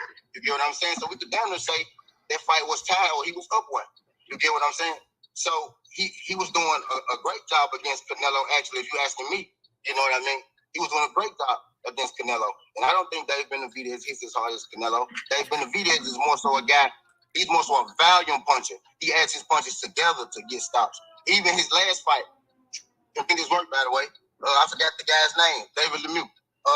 He didn't knock him completely out. He dropped him, got up, dropped him, got up, dropped him, got up. You know what I'm saying? TKO. Dave Benavidez doesn't have that KO knockout power that people want to believe. But if you go back to Caleb Plant's last fight, right? Caleb Plant knocked Anthony Durrell out cold. You know what I mean? So I think the power of Dave Benavidez is more so the speed of Dave Benavidez, and Caleb Plant is faster on the feet. The hand speed may be even, or I edge Caleb Plant, or at least Caleb Plant's jab, right? Maybe Dave Benavidez throws faster combinations, but Caleb Plant ain't gonna be there for all this stuff. You know what I mean? So it ain't. I don't see much that Dave Benavidez is going to be able to do against Caleb Plant. I think it's going real insane for the Dave Benavidez nation. But that's all I got. Already, man. Great third round, Nick J. It's on you. Offer your rebuttal, your closing statement. You got 5 minutes as soon as you start talking. Okay, so you keep saying you want to go back to their common opponent, and I get it. They both stopped the man in the same 9th round. My thing is, you want to talk about the knockout power of David Benavidez. We can talk about that. He has an 88% knockout ratio. I don't know what Caleb Plant's is, but I know it's not that high. Okay, I can salute you for bringing that up, because she was spot on once again. David Benavidez's knockout power is much higher than Caleb Plant. It is, and Caleb Plant just doesn't have knockouts where he's getting off the Anthony Durrell finish. He just don't do it. So she was on point with that. That I do know for sure.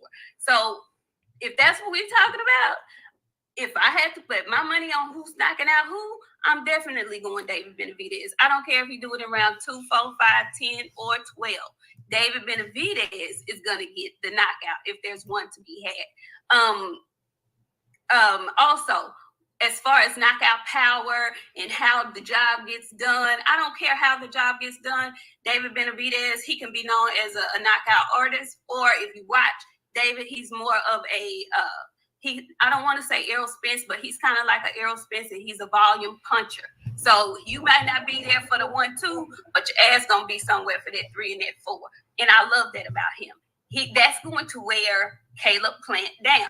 All the running, trying to get away, all the defense. He said himself, this is going to be a good fight because it's one of the best defensive fighters against one of the best offensive fighters. I'm going to take offense all day.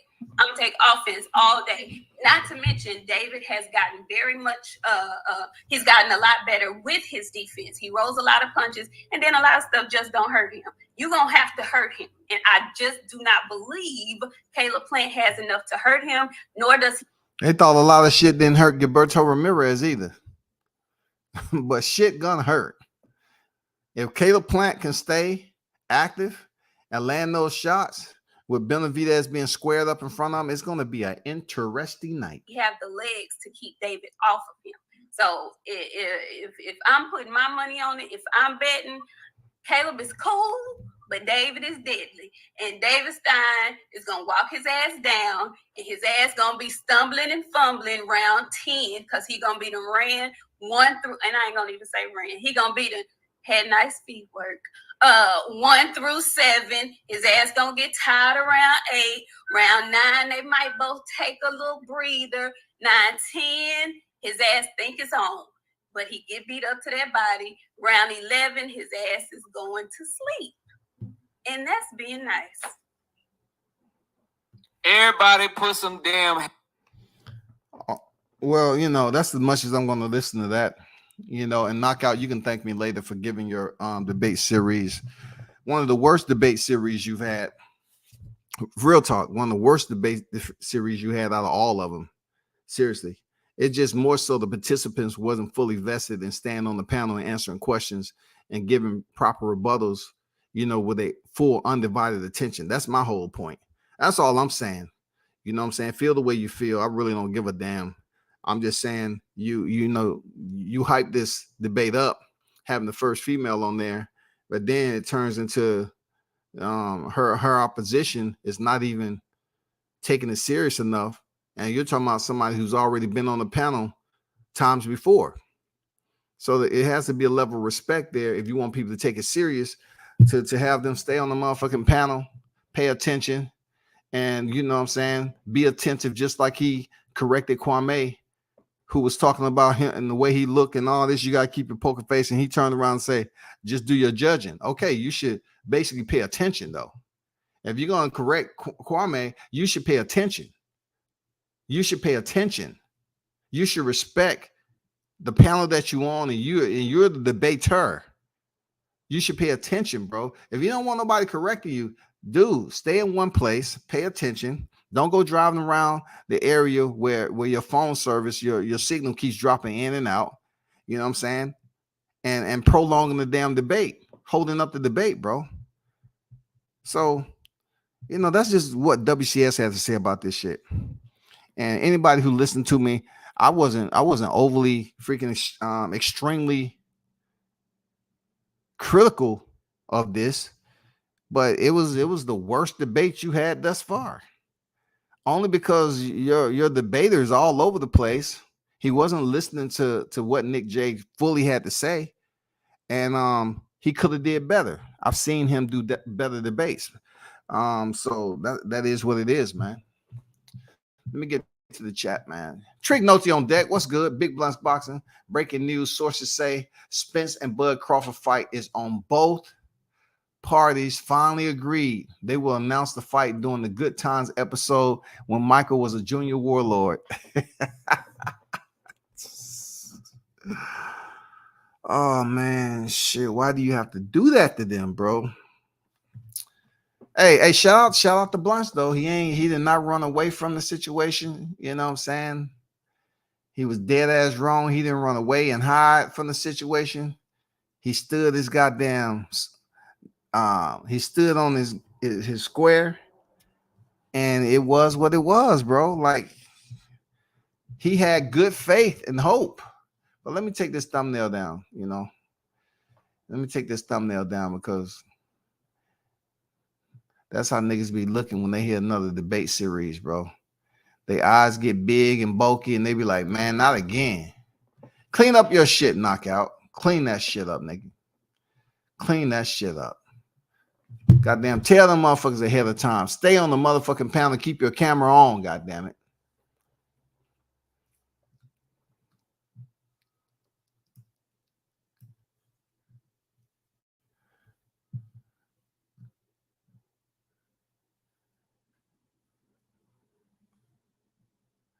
He said, left my ass. Yo, this nigga said David finished the rail in 8 and Caleb stopped him in 9. They both finished the rail in 9. This nigga speaking wrong and all kinds of shit.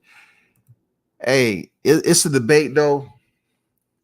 And when certain people didn't properly prepare for the debate, you're gonna get an outcome. Shout out Popular James on deck. Salute to you, brother. It's gonna get results like that. Real talk.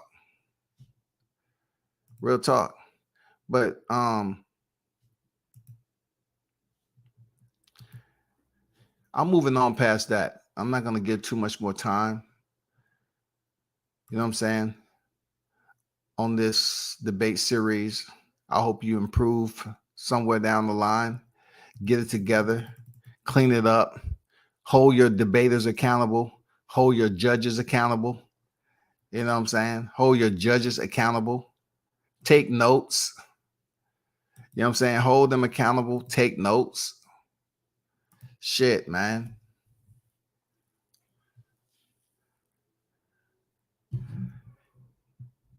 It is what it is, fam. I can bite that bullet. Spencer's a crab. We love crabs here in Maryland. I know, man. I love going up to the Chesapeake Bay. Man, I don't know how many times, goddamn, I had some good times over at the wharf. Goddamn, Haynes Point, going to pick up them crabs and shit, some seafood. Had my girl with me. God damn, shawty. I miss those times, boy, for real. But moving on to bigger and better topics.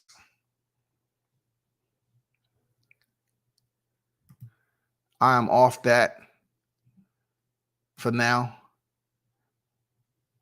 I didn't even go hard in the paint. Real talk. I didn't even go hard in the paint like I usually do. You know what I'm saying? Different energy levels for different topics. I didn't even go hard in the paint with it. I just gave some snippets here and there, to continue to help and rehabilitate and get this shit off the ground. That KO, a KD.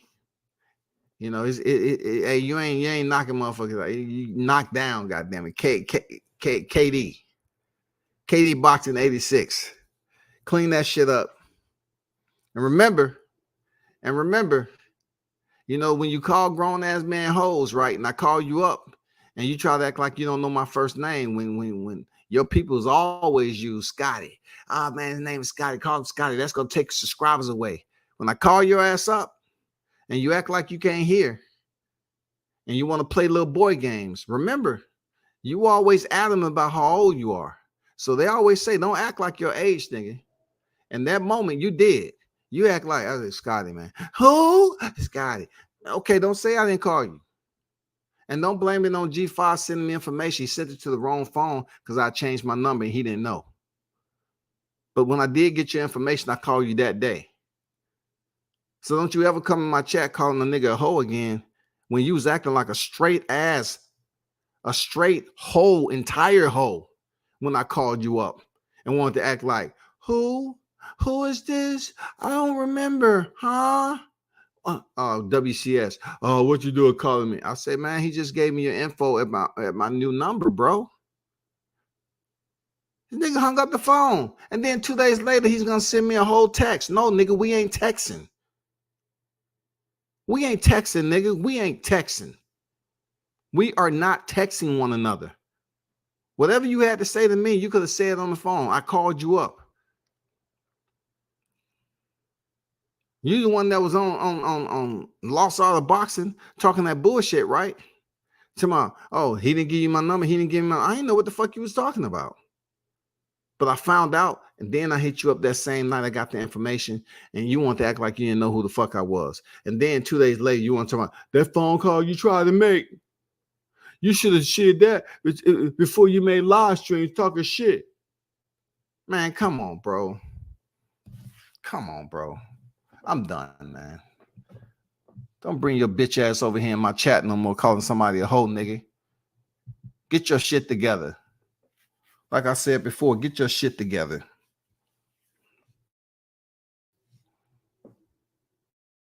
I ain't got time to be listening to that. This nigga a hoe, that nigga a hoe. But yet, you can't even have a dialogue with a grown-ass man behind the scene. You want to act like you don't even know who it is, knowing damn well you knew who the fuck it was. You know who the fuck it was. You just wanted to play that little kid game shit, dog. Try to fake to the people that you this light-skinned nigga running the block. Tim Tebow. Big Bun say, it's what it is, fam. I can bite the bullet. Okay, I read that shit. Now I need to start a house. Start a how to use Google series. Y'all got the best seafood. For real, man. Let's talk about another topic though, man. I'm off this nigga, man. For real. Just be careful about coming over here talking about some whole shit when you act like you didn't know who I was, and then you wanted to send me a long text trying to damn lecture me. The phone call you tried. I don't want to hear none of that shit, nigga. I called you up. You didn't want to talk. So don't come in here with all that damn shit you talking.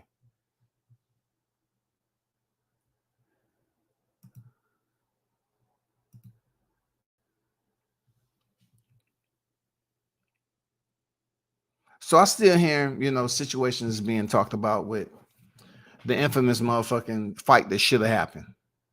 That's not gonna happen. All right, we pretty content this shit ain't gonna happen. And then we pretty content that Fanon is gonna continue to make up videos dogging out Bud Crawford. He's chose to rededicate himself in the content creating world from talking about strictly boxing to basically negative defamatory videos, Bud bashing, you know what I'm saying, every single day. That's what it's become. Now I'm asking myself, is the finances that crazy? Is something a little shaky that you have to damn speak about one of the most popular names, on YouTube right now in the algorithm? Is the finances that shaky that y'all got to do this shit every day? Like, really, is the finances that shaky? Is the finances that freaking shaky, bro? I'm still listening to debates, man, where people are going all in talking about signing the contract. Money Brown, I don't know where you at with this contract shit, dog. Then Espinosa said they don't really sign contracts to a week of the fight. That's his words, right? But y'all keep on blaming Crawford, talking about he didn't sign the contract. But yet when negotiations fell out, were we in October or November? So what was he supposed to sign, bro? So I mean, I'm just curious, what was he supposed to sign if Stephen Espinosa said contracts ain't signed to a week out? A week of.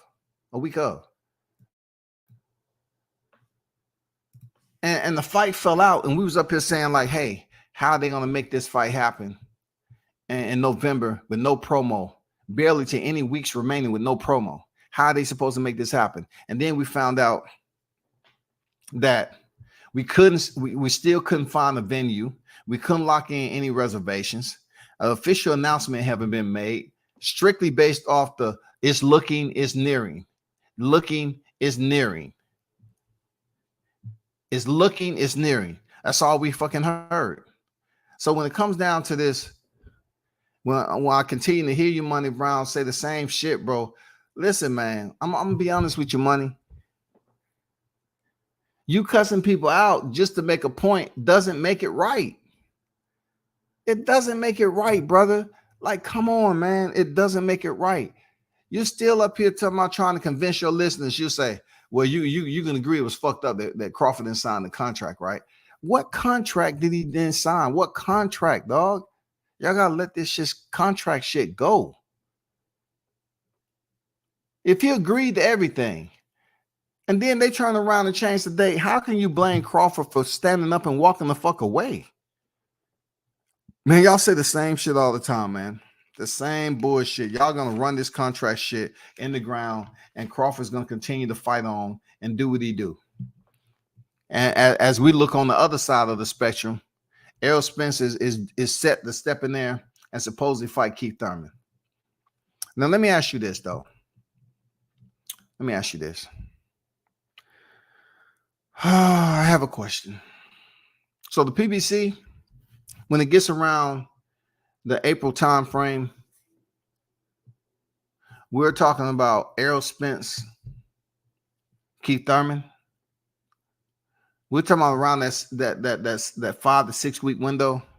Errol Spence, Keith Thurman, Gervonta Davis, Ryan Garcia.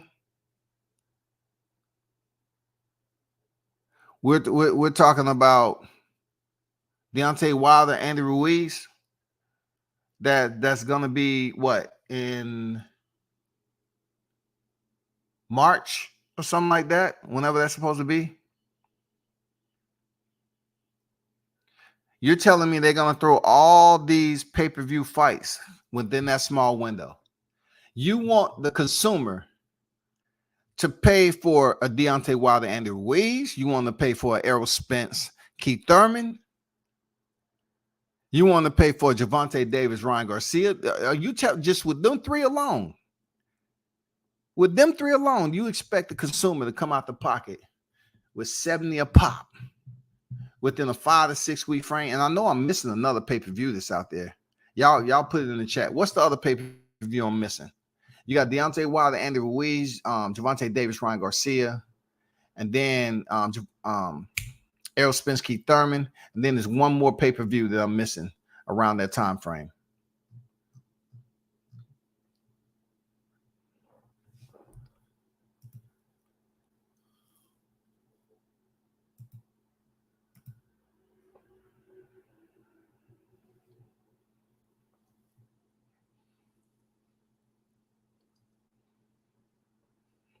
Who am I missing? Hold on.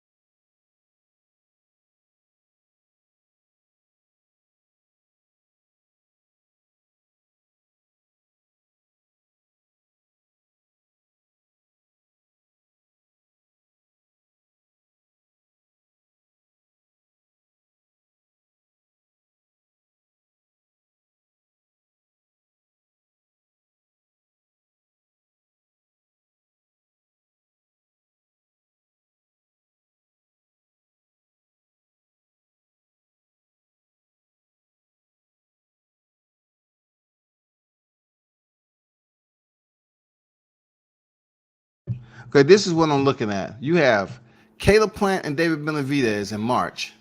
Then in April, you have Deontay Wilder and Andy Ruiz, Gervonta Davis, Ryan Garcia, and Errol Spence and Keith Thurman. And those are going to be in a window of March to April, pay-per-view. So we give or take, let's just zip this up at a clean 80. So whoever is looking at this, you're going to say you trust that they're going to pay for all 4 of those pay-per-views. 300, 20.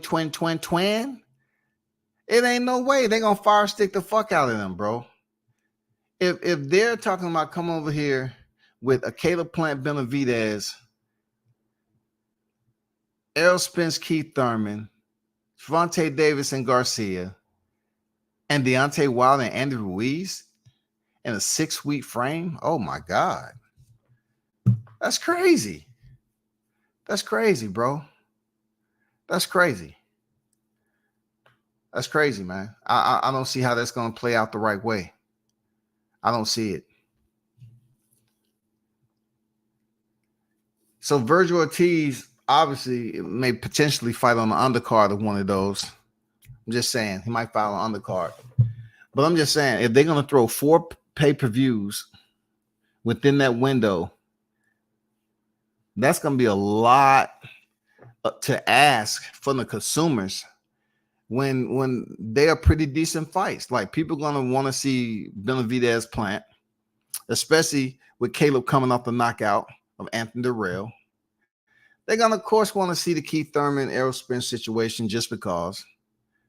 You know what I'm saying? They really going to want to see Gervonta Davis or Ryan Garcia. That's going to be out of all of them. That's going to be really the one that people want to see. I know it's crazy. Don't look at me weird, but people are going to want to see Gervonta Davis, Ryan Garcia because they just have these high hopes, these weird, crazy dreams that we're going to see an ultimate upset. We're going to see something. It's going to be the hocus pocus of something. I don't know what it is. Well, I don't know what it is exactly. It's going to be the hocus pocus of something, bro.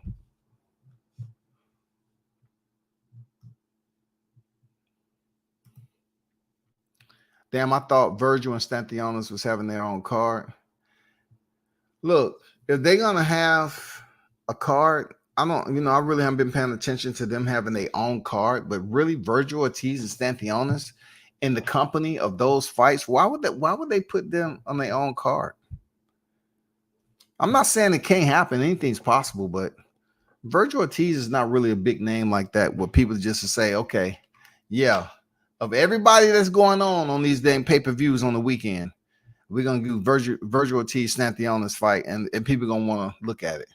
That's probably out of all the fights, the lowest fight out of the pay-per-views. Like, real talk. It's not bigger than Gervonta Ryan Garcia. It's not.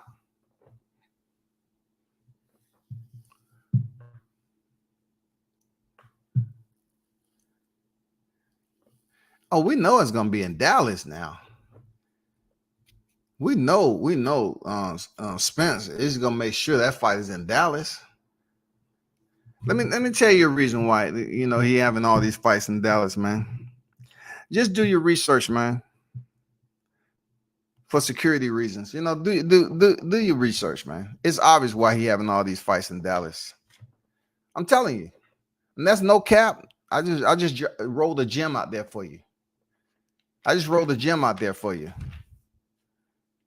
Take it as you may, bro. Take it as you may. That's all I'm saying. But man, I'm about to jump up out of here, man. It's been 2 hours. I dropped the link down there. And it's all good. No one wanted to play around. We'll return later on the day, man. It's all good. I'm about to bounce. Y'all turn up and tune in to World Combat Sports, man. And remember, hit the like button and all that. Sub to the channel. You know what I'm saying? And don't believe everything you hear out here on YouTube.